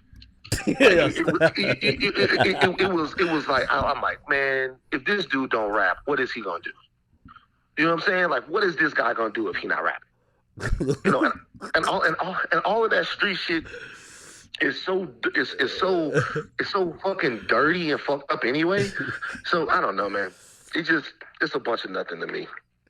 But you know, bro, I'm glad I listened to the conversation with 1090J Gamese, and I thought it was It was illuminating, man. I fuck with Meezy heavy, bro. Meezy make, of all the people you have on your stream, Meezy and one of the chat niggas. I can't remember the name of the chat nigga. I like when he talk, but Meezy be making the most sense, bro. Well, you know, Meezy is a multiple time appearer on the pod, along with yourself, and I usually get pretty high IQ compliments about the conversation that's kind of had. You know what I mean? Which was usually, you know, more than just, you know, high IQ shit. Sometimes it's being level and based and being pretty much even keeled and not just completely ignorant. You know what I mean? So this is what it is. Let me ask you. So I got one question to you before I go. Right. What's gonna happen to Andrew Tate, bro? Y'all king, y'all god. What? You see. Wait, first of all, the point that wait, you don't like Tate? Of course not. What?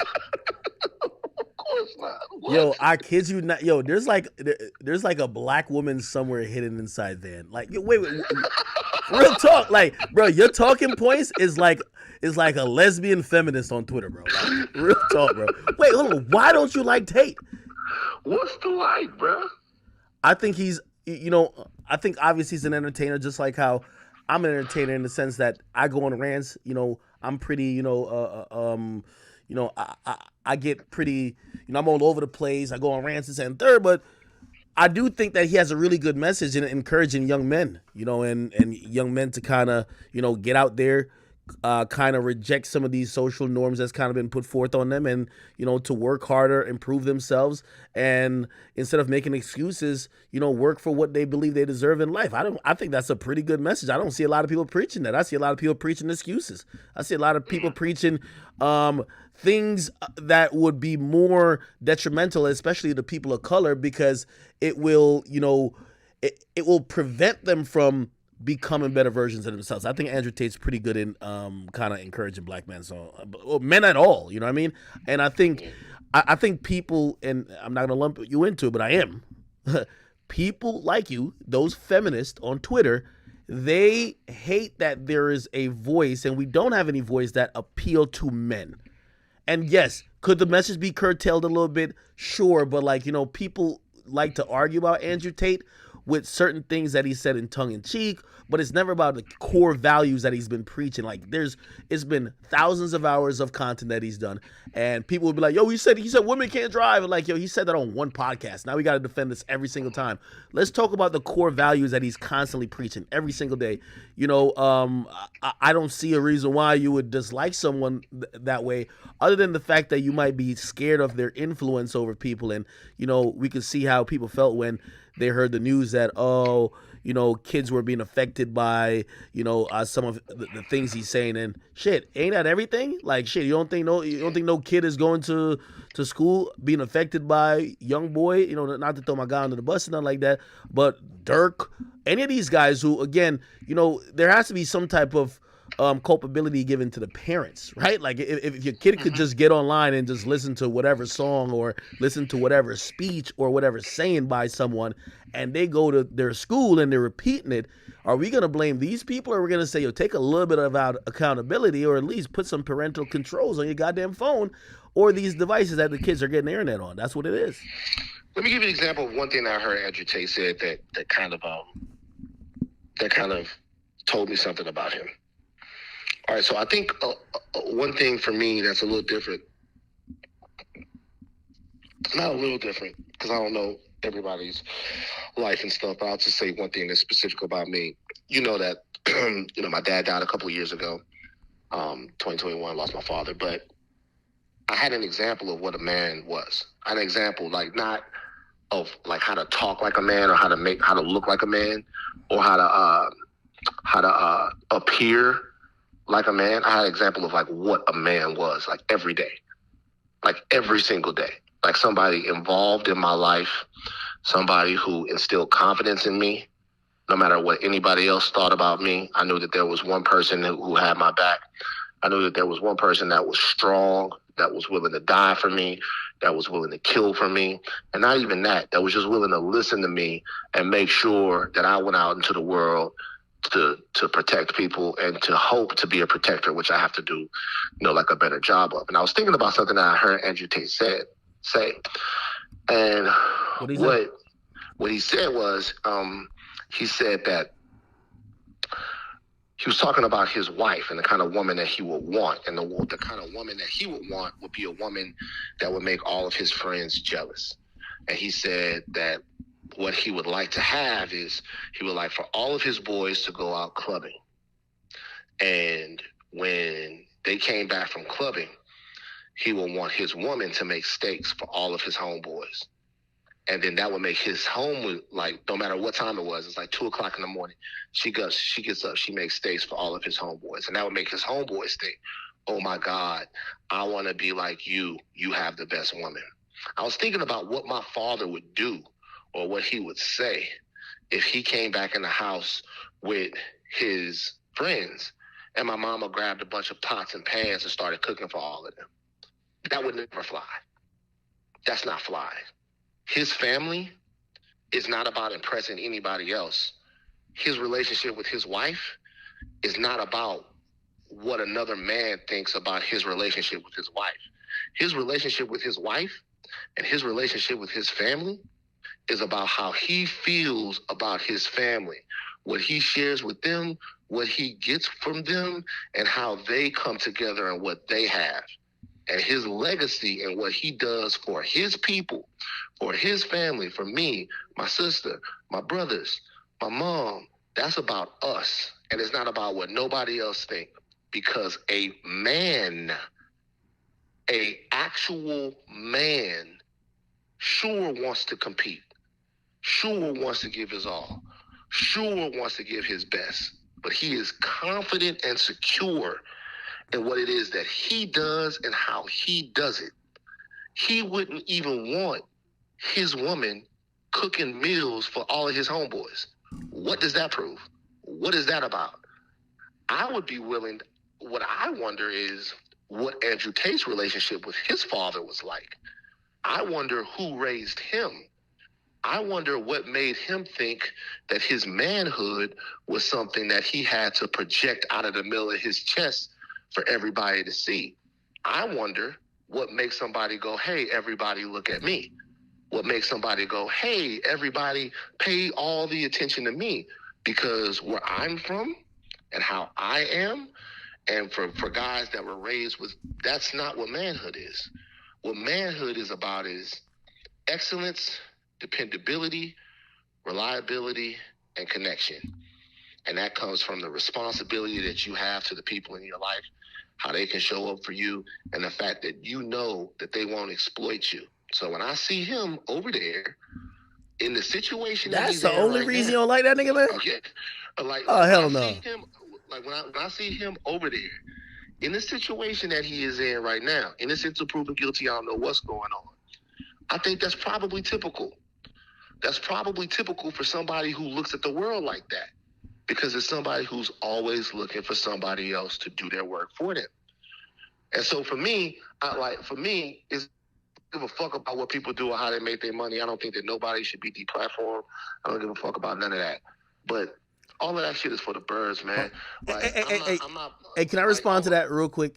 And for it. I mean, okay, you're making a pretty good point, but like, it's crazy if that's the only reason that you don't like the nigga. That's ridiculous. It's not. No. Hold on, and also, Wait. It's not the only reason I don't like. Like, you know that's not my type of guy. But it's not the only reason I don't like him. But I have what I'm telling you is I have attempted to listen to some of the stuff that he says. I have attempted. Look, I mean, like, so because you don't agree with him. So hold on, do you dislike him because you don't agree with him, or you dislike him because of the influence he has, and he's probably influencing people to have an opinion you don't agree with? Like, the opinion that he's forcing people to have doesn't really even forcing. Affect, right? Oh, hold on, is he forcing? No, excuse me, forcing. Excuse me. The opinion that he's forcing people to have doesn't even really affect me as much as you would think it does, right? Because I'm another man. To be honest with you, I just don't like niggas like that. Like, and that doesn't just go for him. That goes for anybody else who's in a situation. Like, a lot of these big chain wearing niggas that try to stun on everybody. That's just not my way. That treat everybody like hold on, but put like this, like, having a different personality type or maybe a slightly different set of morals and values, that might not be the person you would want to kick it with or go to the club with, right? But like I think it's a hard stretch to be like, this is why I don't like that nigga. Like, yo, you know No, what I mean? no. But what else? I've never met him. But what else is there for me to judge him on except for what he says? You know what I'm saying? So it's like, I spent about 2 minutes telling you all the good things and the positive things that he's definitely helping inspire. You know, maybe not you because you're grown and you're developed, but like he's inspiring people to do some pretty good things. Like, you know what I mean? He's inspiring people, you know, in a positive way. I would say for the majority of his message is completely perfect. But here's the thing too: is anything perfect? You know what I mean? Like, listen, people still jack in Christianity and the Bible, but the Bible also say if you gay, like you should get like the stones. Like that's what's going on. no. Look, I'm not. Look, my opinion of Andrew Tate is neither here nor there. It really doesn't. What I was wondering is, and I always wonder this about everyone, about people, like about me, about you, about everybody, right? If it comes out that what they're saying about Andrew Tate is true, right? If it comes out that what he's really been doing when he's been telling everybody to work hard, build something, if it comes out that what he's really been doing is exploiting women, okay, and making them do stuff and then getting money off them, what I wonder then, and I say this is the same thing about everybody, right? I used to tell people, yo, what if we'd have these conversations about Tory and Meg, and I tell people, I'd be like, what if he didn't do it? Like, what does that mean for the narrative that you've built up in yourself? Like, now I'm pretty certain that he did. I don't want to have a conversation with you about it. I know that he did. I don't want to have a conversation with you about it. I really don't. But what? No, hold on, wait. It wouldn't even be a conversation, right? And I think it goes into the Tate thing, right? No, it goes into the Tate thing. Listen, no one's here defending anyone that would be found guilty of anything, right? You know, if Tory gets an appeal or whatever happens, that's on him. And if you confidently say no, he did it, like I wouldn't even have any retort to that. You get what I mean? Listen, it's the court of law already made a decision about that. Here's what I'm trying to say. You know, a lot of times, and how I feel you kind of lean, those are the people who say, fuck the process, the legal, inevitable legal process. Let's just believe all women because women are incapable of lying.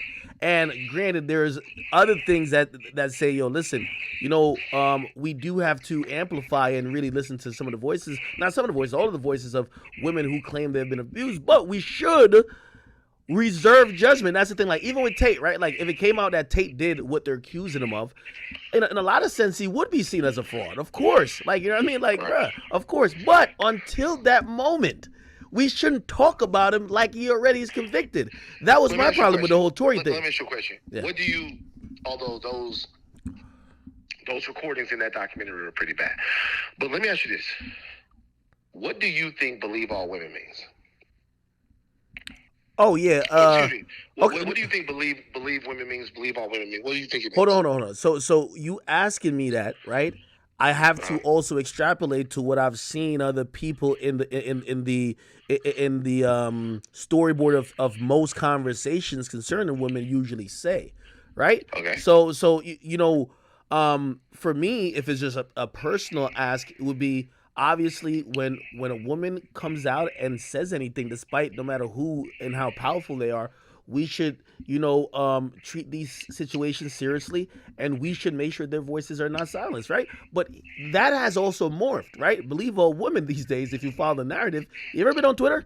Believe all women means if somebody says something about Drake, and even if they never met Drake, you're supposed to believe her till Drake prove otherwise. You get what I mean? That's basically what it's turned to. Now, granted. Okay. So,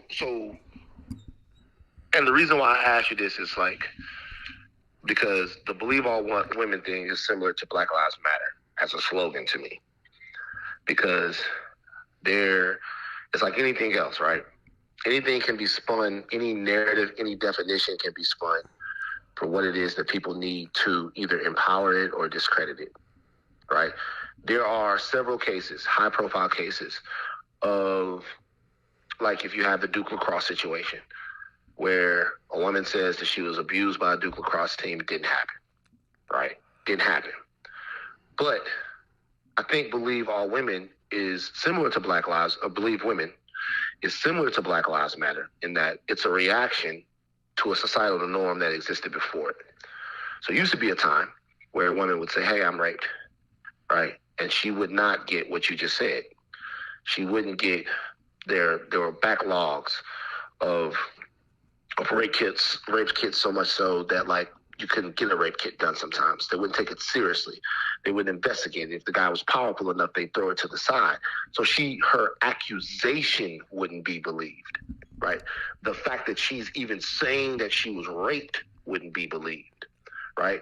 Like, there is no way in hell that in my opinion, that what you can say is, hey, through and through, no matter what comes out, no matter what is said, believe somebody when they say something. I don't think that that's the intent of it.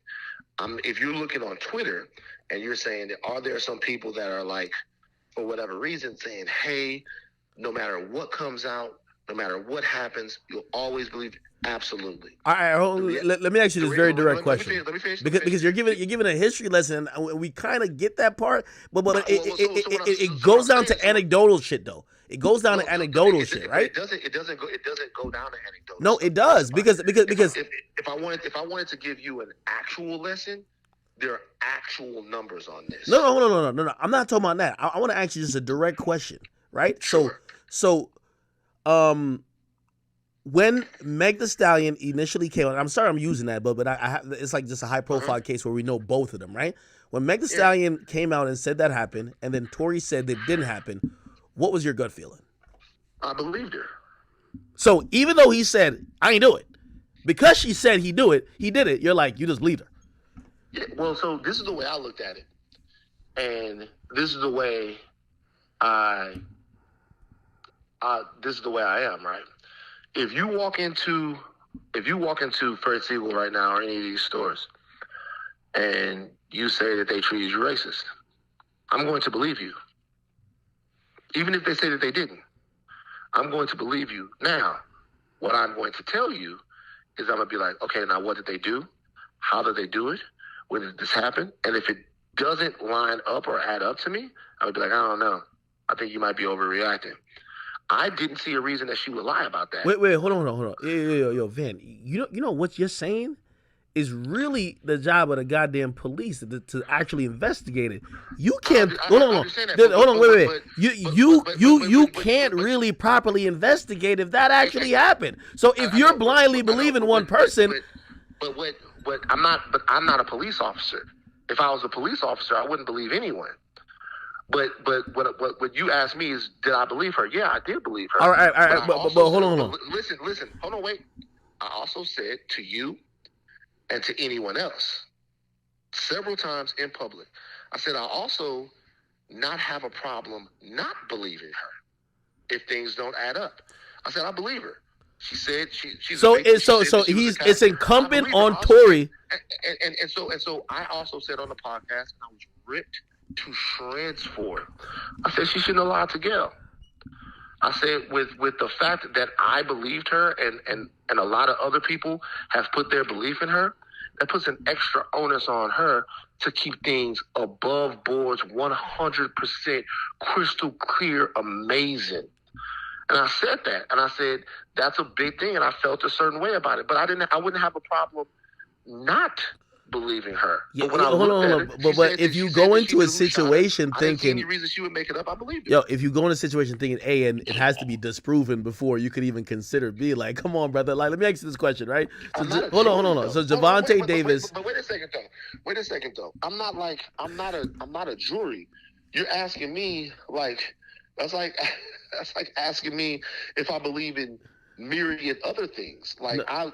You're asking me if I believe hold on. No. I just want to ask you this question then, right? And again, sure. See, I got to keep it anecdotal for people to kind of understand your thinking.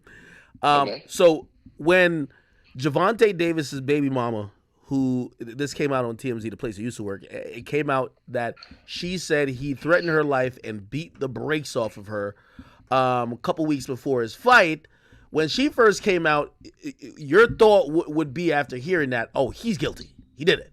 I believe her. He did it. In that particular situation, I'm thinking, like, I'm looking at that and I'm thinking to myself, like, what kind of situation has Tank got himself into? And let me tell you why. There was a video before this of Tank yoking a woman up and dragging her off of a basketball court. Do you remember that? No. Okay, so now you're contextualizing. I'm really asking you. So just wait a second. So just wait a second. I'm looking at that and I'm thinking, Tank. I'm thinking somebody who did that, like, could lose control and then hit their girl. Okay.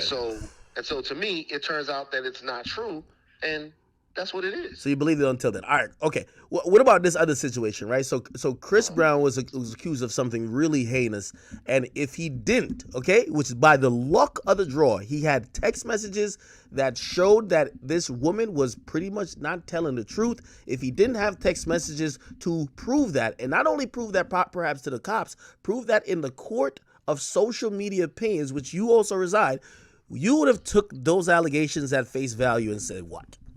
If he didn't have those I would have took those allegations at face value in terms of, if you're asking me, would you believe it? I'd say that fits the pattern of somebody who would have done that. But what I'm telling you is that for me, like literally for me, because number one, I don't. So let me ask you a question. Yeah, like you a hella situation old. Like let me just a situation like Jussie Smollett. Okay, Jussie Smollett is mad at me. I used to know Jussie Smollett. He used to be my friend. All right, Jussie Smollett's mad at me. He's pissed. Unfollowing me the whole nine. Okay, why? I made a joke about the fact that Jussie Smollett lied to the Chicago police. He did. Right? What the hell? So Jussie Smollett comes out. He says that something happened to him. I believe him. I believe that happened to him. I believe him. Man, we knew that nigga was lying. So I believe him. I worked at TMZ. Okay? I had conversations with police officers very early that police officers were saying, we don't believe that this happened. We don't believe that this happened. Like, we don't think that this happened. Like, literally, when I say early, I mean like 2 days after. It sounds like you believe any nigga who making an allegation. So if somebody said, that's kind of dangerous, bro. Like what I'm telling you is that I choose to believe victims, but I think that you're making it more important than what it is. Like I would have, No. Let me speak on that. Okay, cool. Okay, the reason why I was trying to get anecdotal with you, right? And obviously these are high-profile cases, so we got to go into. Well, I'll tell you, wait, hold on. Let me just finish this one point. Let me just finish this one point. I know you want to say this about being anecdotal, but just so we know that, like, there are statistics. No. I'm not denying the statistics. I want to play out a real life situation rather than just talk stats and what usually happens. But why, though? Hold on. If you play out, No. Because I'm gonna show you a ramification, right? Uh-huh. So the ramification is, okay, something happened, right, between Javonte Davis, right, and that woman. The woman says he did it.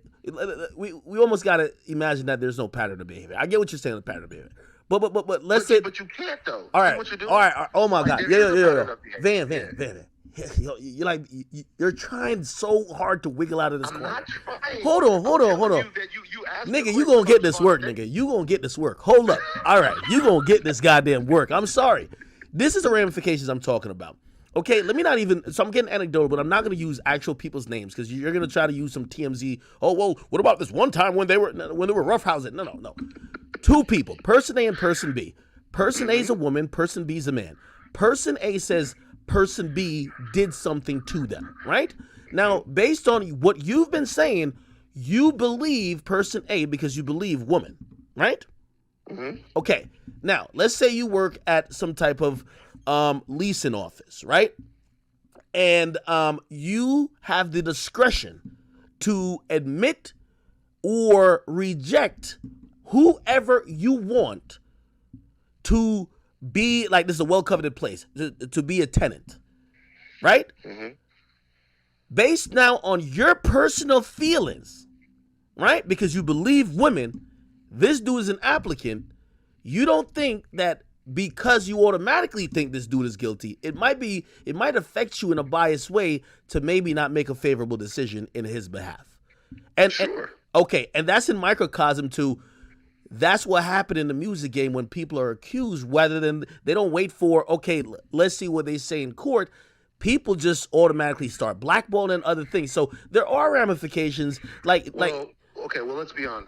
Let's okay. Let's be honest about this situation. Okay, a couple of things. Number one, in the scenario that you laid out before, there are myriad things that you could be accused of to where you wouldn't get an apartment, right? To where people would look at that and be like, we don't want that person there. Like, if you were arrested this thing is for...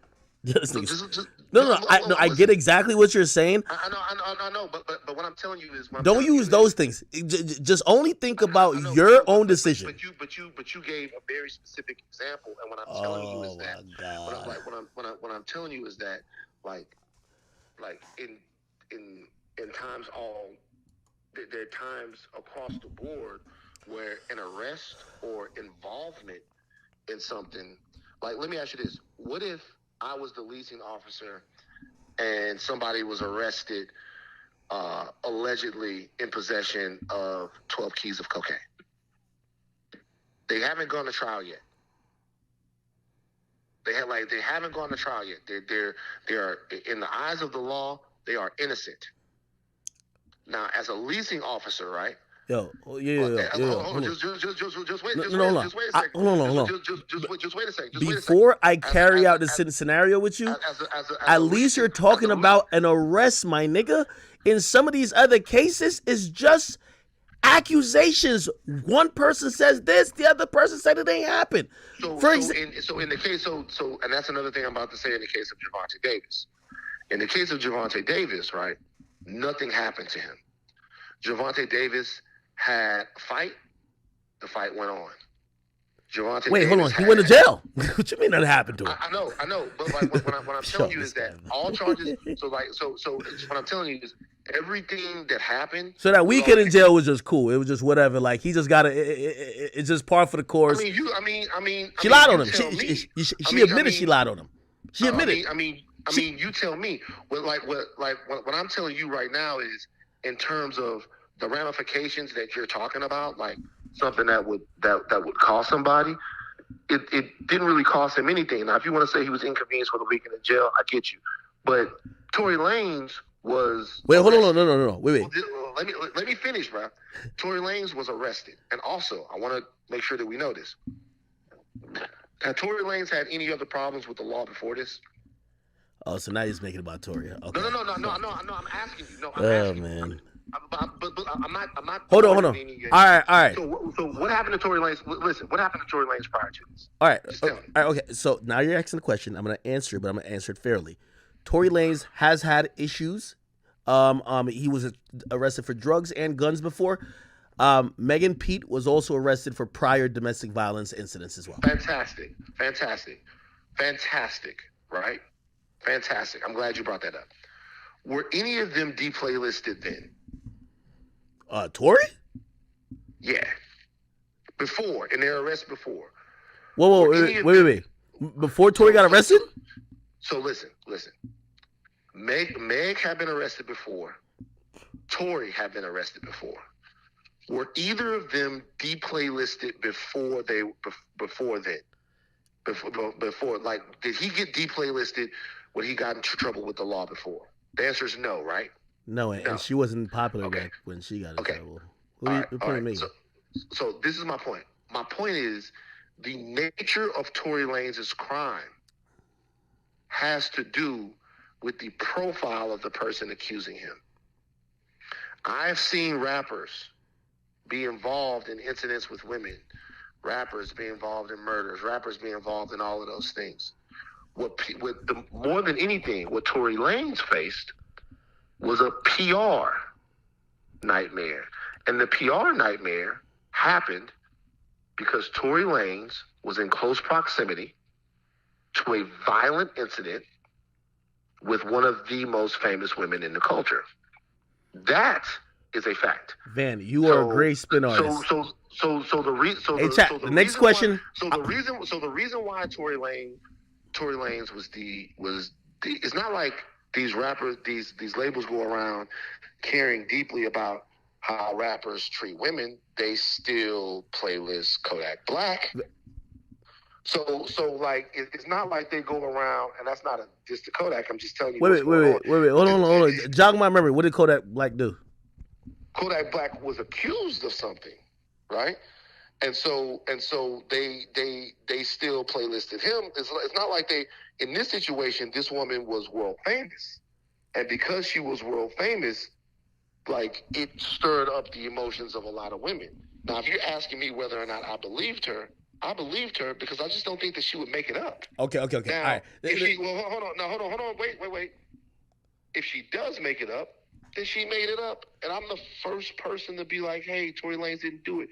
Me and you talked about. Wait, hold on. Wait, I'm asking a direct question. Yeah, let me ask a question now. Sure. Now, I don't want to, because the law didn't say that that's the case. So I don't even want to talk about that, right? Let's not even go into dream world with that. But I wanted to go back to the Javante Davis situation. That woman lied on Javante Davis. He spent a weekend in jail. Should she get prosecuted, or should the DA look into criminal charges because she lied? She lied. I would. Okay. All right. You keeping it fair now. Okay. I mean, to be honest with you, this is the way I look at that. I look at, and this is kind of what got me in trouble on the podcast. I look at there being a responsibility, in terms, like, all of this stuff comes with responsibility, and this goes back to the Justice Smollett thing. If you know that there is hundreds of years of animus against black people and hundreds of years of animus against gay people, then you have a responsibility as Justice Smollett or whomever else, that when you make an accusation like that, that the accusation is valid. Not so that we don't believe the next person, because I don't believe in that. Just because. What do you think would be an appropriate punishment for that woman lying on Javante Davis? Well, it depends on how he wants to go about it. But no. What do you think? I mean, to me, I really don't know. But what I will say. I mean, just like how you would automatically believe her, you should probably think about the other side. If you automatically believed her and she lied. What do you mean? Think about the other side. Like, think about, like. All right, you automatically believed her. She fucking lied.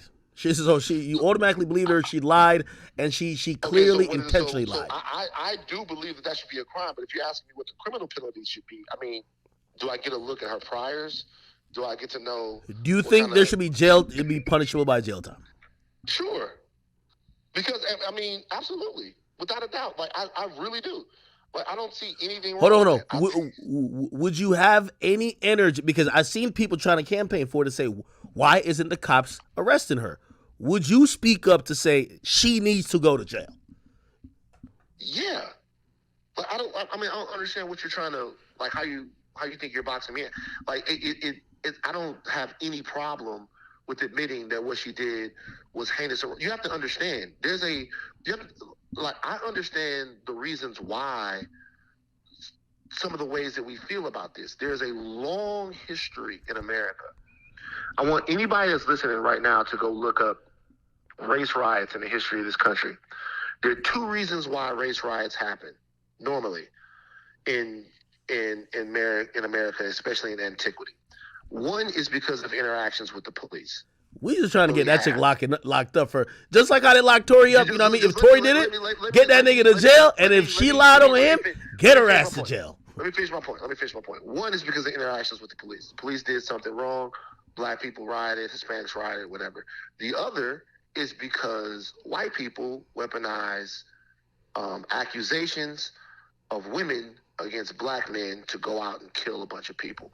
So if you're asking me if I would have any problem with women or anybody who makes a false accusation against someone, no, of course not. I think things would be a lot different had these things been litigated properly. But that doesn't change the way I feel about anything. Like, the burden, to me, yeah. If right now you told me that woman got her emotions got the best of her, and she lied on him, she goes to jail for a year, I'm with it. Why would I give a fuck? Why would I care?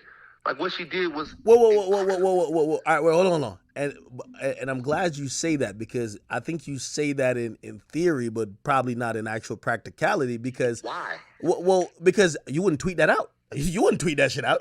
You'll say it Bruh, here like in a nuanced box you in a corner way. But you're hold on, you're hold on. you're Just like you're how, nuts. listen, people like You're me. nuts. Hold on, You people can't like say me. People like me was saying this. Yo, if Tory did it, send him to jail. And if Meg lied, send her to jail.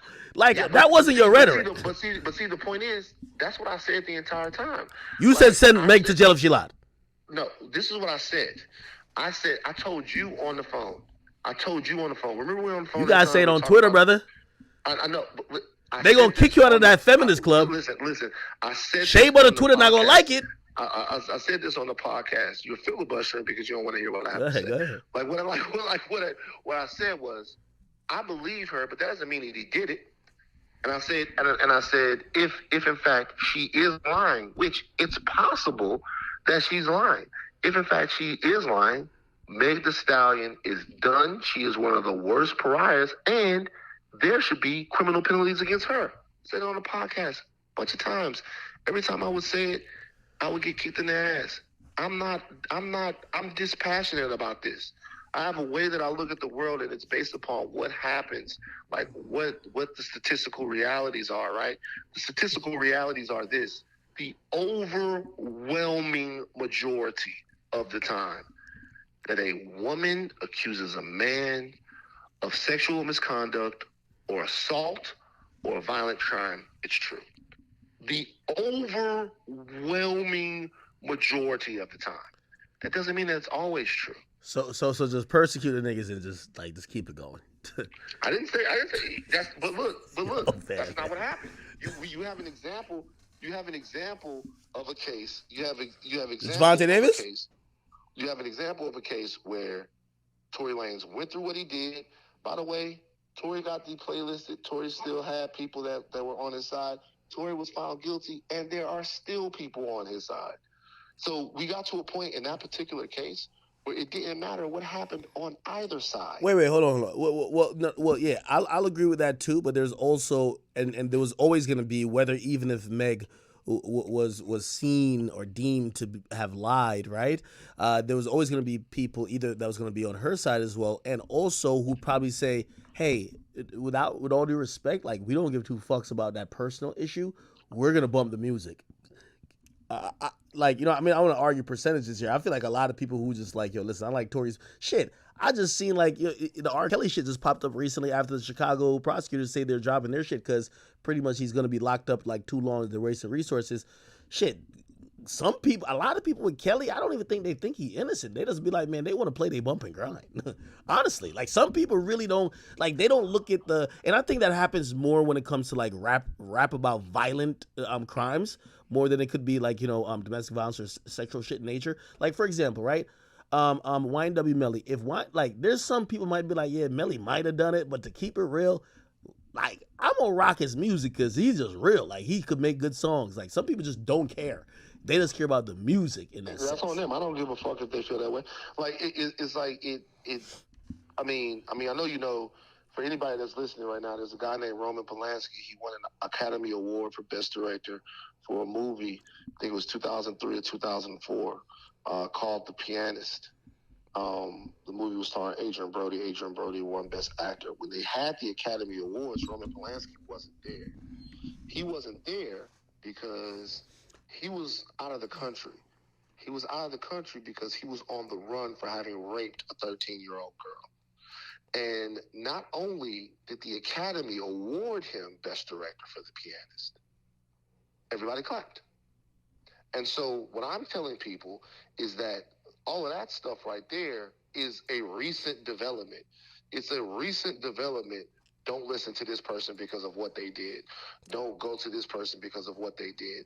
Now, I'm not saying that there's anything wrong with it, because if you listen or see R. Kelly and you think about the serial grooming and rape of a bunch of different young black girls, the thing that gets me about R. Kelly is that, I hear a lot of black men defending R. Kelly R. Kelly's Yo, victims Van, you are a tangent king, were brother. Like, young listen, black women. you about to bring the conversation like off path. What I'm telling you guys is, if anybody still wants to listen to him, that's not a black thing. Yeah. That's not a whatever. People been doing that across the board. Yo, Van. Been doing that across the board. It happens all the time. Van, You you want. are a tangent king. Hold on, wait, hold on. You spoke for a while. Hold on. Yo, the point is this, brother. You feel me? Listen, you identify with the entire woke mob. I'm gonna say in certain.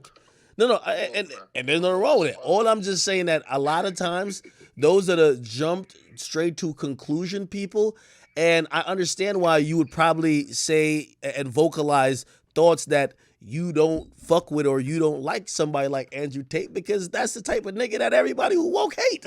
You get what I mean? Like, so of course it's more groupthink. For me, what I had to do with Andrew Tate was take the time to listen to Andrew Tate. So what if the nigga want his wife to make some steaks for the boys after they come from the club, man? Hey, bro, y'all want y'all women to be. No, hold on. It's not y'all. Hold on, it's not y'all. That's his. You know what's funny?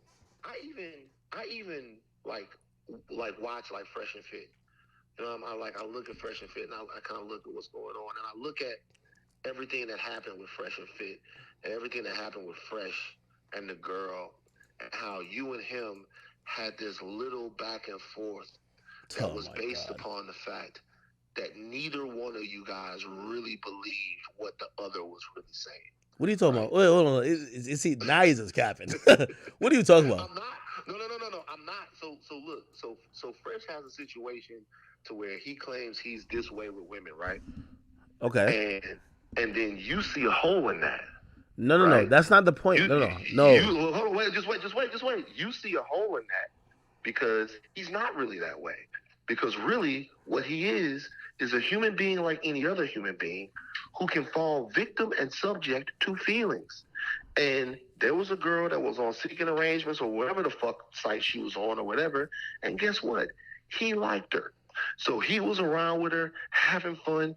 You saw little ways to poke at him and fuck with him about it because you realized that all the bravado that he was talking about was bullshit. No, that's not what it is. That's not what it is. That made him your fucking friend. Hold on. Tape you in a moment that was so fucking bad and threatened your career. All of this toxicity is stupid for no reason. And you got two people really fucking with each other. Van. You like context. That situation was less about what he stood for or whatever those values that Fresh and Fit or Red Pill Dudes was saying. It was more about being a content creator. Let me tell you this. I've gone around. No. Wait, hold on. No. You gonna let me finish? No, hold on. I don't believe you. Hold on. I'm gonna tell you why. Wait, hold on. I'm gonna tell you why. I've been around a lot of people, and especially newer content creators. They all build up an image. That they're scared to go against. And at times, we're all humans. It's not only about red pill shit. You know, I tell some of these Twitch niggas, bro, be yourself, bro. Like, it's cool. It took me a while. I used to feel like I had to project certain shit until I realized I could be my fucking self. The conversation with me and Fresh was that, bro, you could be you. You could say something. You could be seen as a hypocrite at times, too. It's not necessarily about just what you preach. It's just in life. You get what I mean? Listen, I've been a content creator for. But what you're saying right now, you're agreeing with me. No. What you're saying is you're encouraging him to be himself. No. Wait, hold on. You're poking holes in the narrative that he has about himself. You put that up, and then I listen to a stream of you and him going back and forth. I'm Van, you just be talking, man. Van, you gotta pass the ball when you're talking. You gotta pass the ball, brother. Yo, okay. Listen, I'm trying to explain it to you. Now, you could try to conflate the issues and say whatever. But again, my point with him, and if you want to interpret it as, that's me poking holes into whatever, I don't look at it like that. I look at it like, yo, bro, at the end of the day, I've told my audience that I've been done with women and get right back with them. And like, now here's the thing. Now, if I told them that and they're all rooting for me and blah, blah, blah, bro, I'm the type of nigga, I don't care. Like, I will still have the woman come on screen, or I will still show love to that particular woman. I don't let the audience. Let me tell you this: in content creation, I know a lot of people that when they finally get an audience, because I used to be that person. You let your audience lead and you follow. No good content creator will ever have a long-lasting career letting the audience lead, and that's the lesson I was giving to him.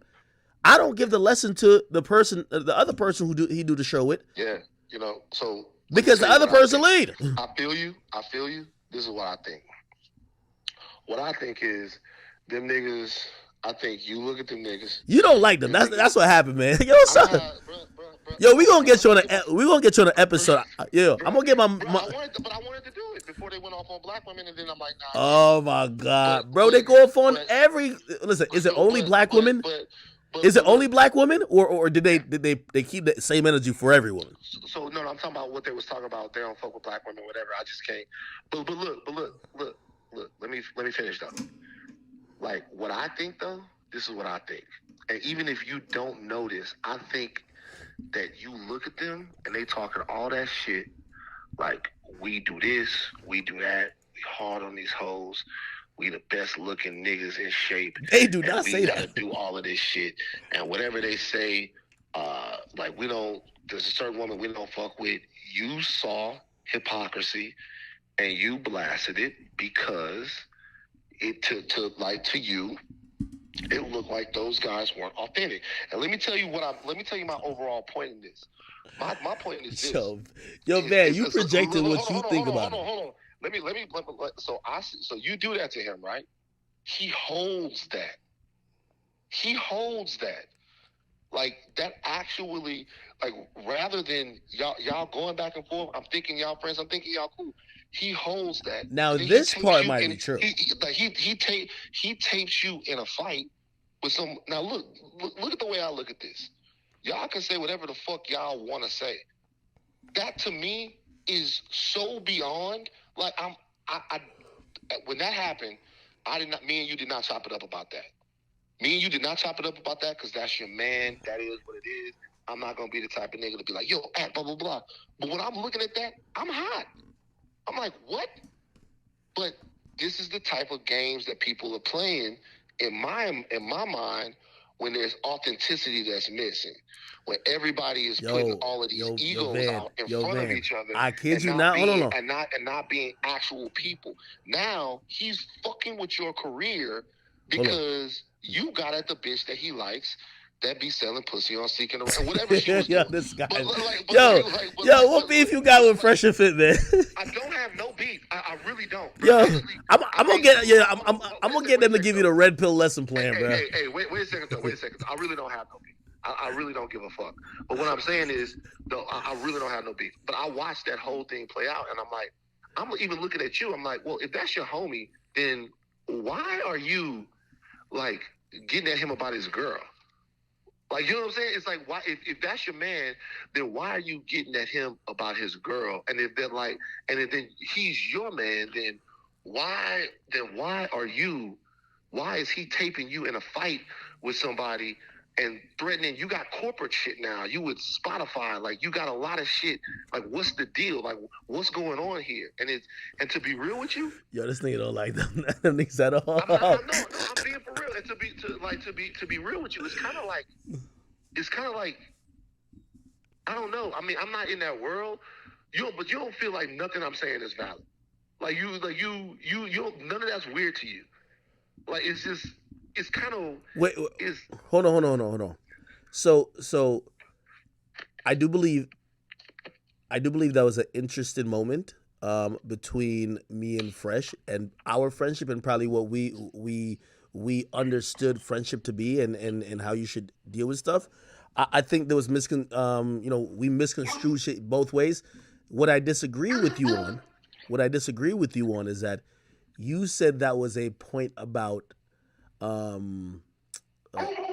authenticity. No, it's like it wasn't a point about authenticity at all. You get what I mean? Or if that was a point about authenticity, I wouldn't even target it towards him. I would just target it. And by the way, I've critiqued like the quote unquote red pill manosphere shit before, but that's bigger than one person. That's just ideology in reality. You get what I mean? Like one person couldn't fucking validate that shit or even disprove it. So I would be arguing about points, not really showing one particular person. So Anyway, like I feel you. Like, I'm gonna have them get you on the show, man. I think you want to be on After Hours. That's it. bro, let me tell you something, bro. You want to be on After Hours debating the girls. Let me tell you something, man. I really don't. You know what I'm saying? I don't care about. I don't care about their hustle. Is they obviously have stuff that they're doing that everybody likes, and it's not a big deal. But I just think it's interesting the way you guys relate to one another. It's not even so much about like whatever they talking about. Because to be honest with you, bro, like that has more to do with how old they are than it has to do with anything else.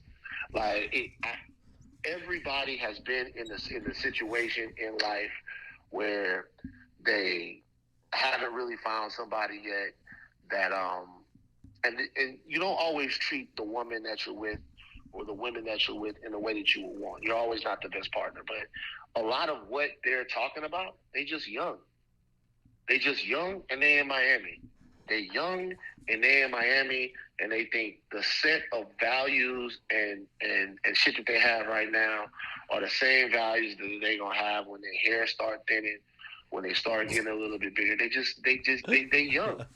I mean, all of that, a lot of this shit just has to do with the fact that niggas are young and wild and go out there and do whatever the fuck you want to do. But I tell you one thing though. Van don't fuck with these niggas at all. I tell you one thing though. I tell you one thing though.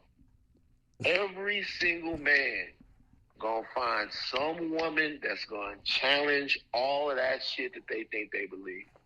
And as soon as it happened to him, everything he thought, nah, man, he like her. Don't matter. Her eyes twinkle. Don't matter why. Her eyes twinkle. Her hair smell like cinnamon.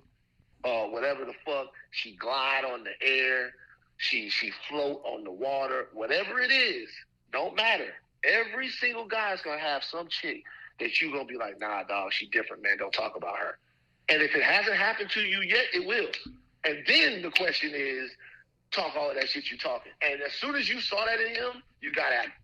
And immediately, you got at him. You like, and then you and him going back and forth a little Cold War. I'm on the stream when he's talking about the fact that he taped you. And the rest of the chat niggas who I'm fucking with are telling you, yo, why is he doing this? Whatever, man. It is what it is. But yo, man, I'm gonna get you on this show, man. All right, bro. Yeah, I'm in Miami all the time, bro. All right, let me go to sleep though. All right, brother. All right, peace. Oh man, this nigga Van is a nut. All right, people. Holy shit, what happened to this? Okay. All right, people. Jesus, 131. God damn it, man. You gotta take a piss, all that type of shit.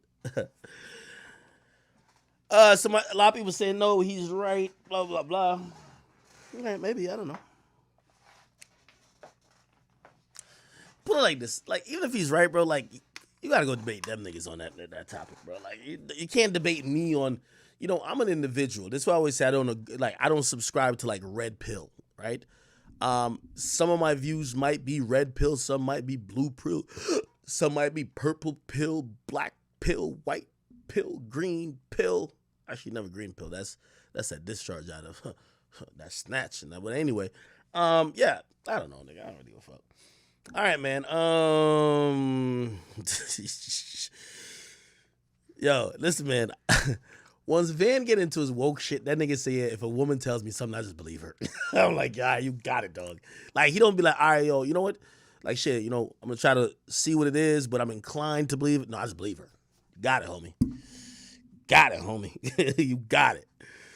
Oh, man. All right, chat. Yo, it's been 6 hours and 35 minutes, man.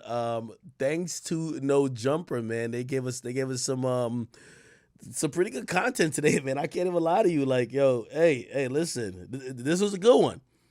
Sometimes I'm like critical of No Jumper, but I gotta give them their props today. Like today was like fucking, on point. So salute to House Phone. Salute to Adam. shit, somebody got to be sacrificial to get some great content, okay?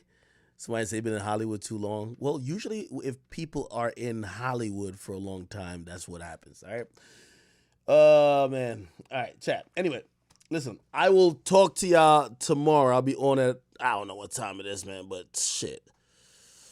I'll be on tomorrow, all right? Love y'all. See y'all tomorrow.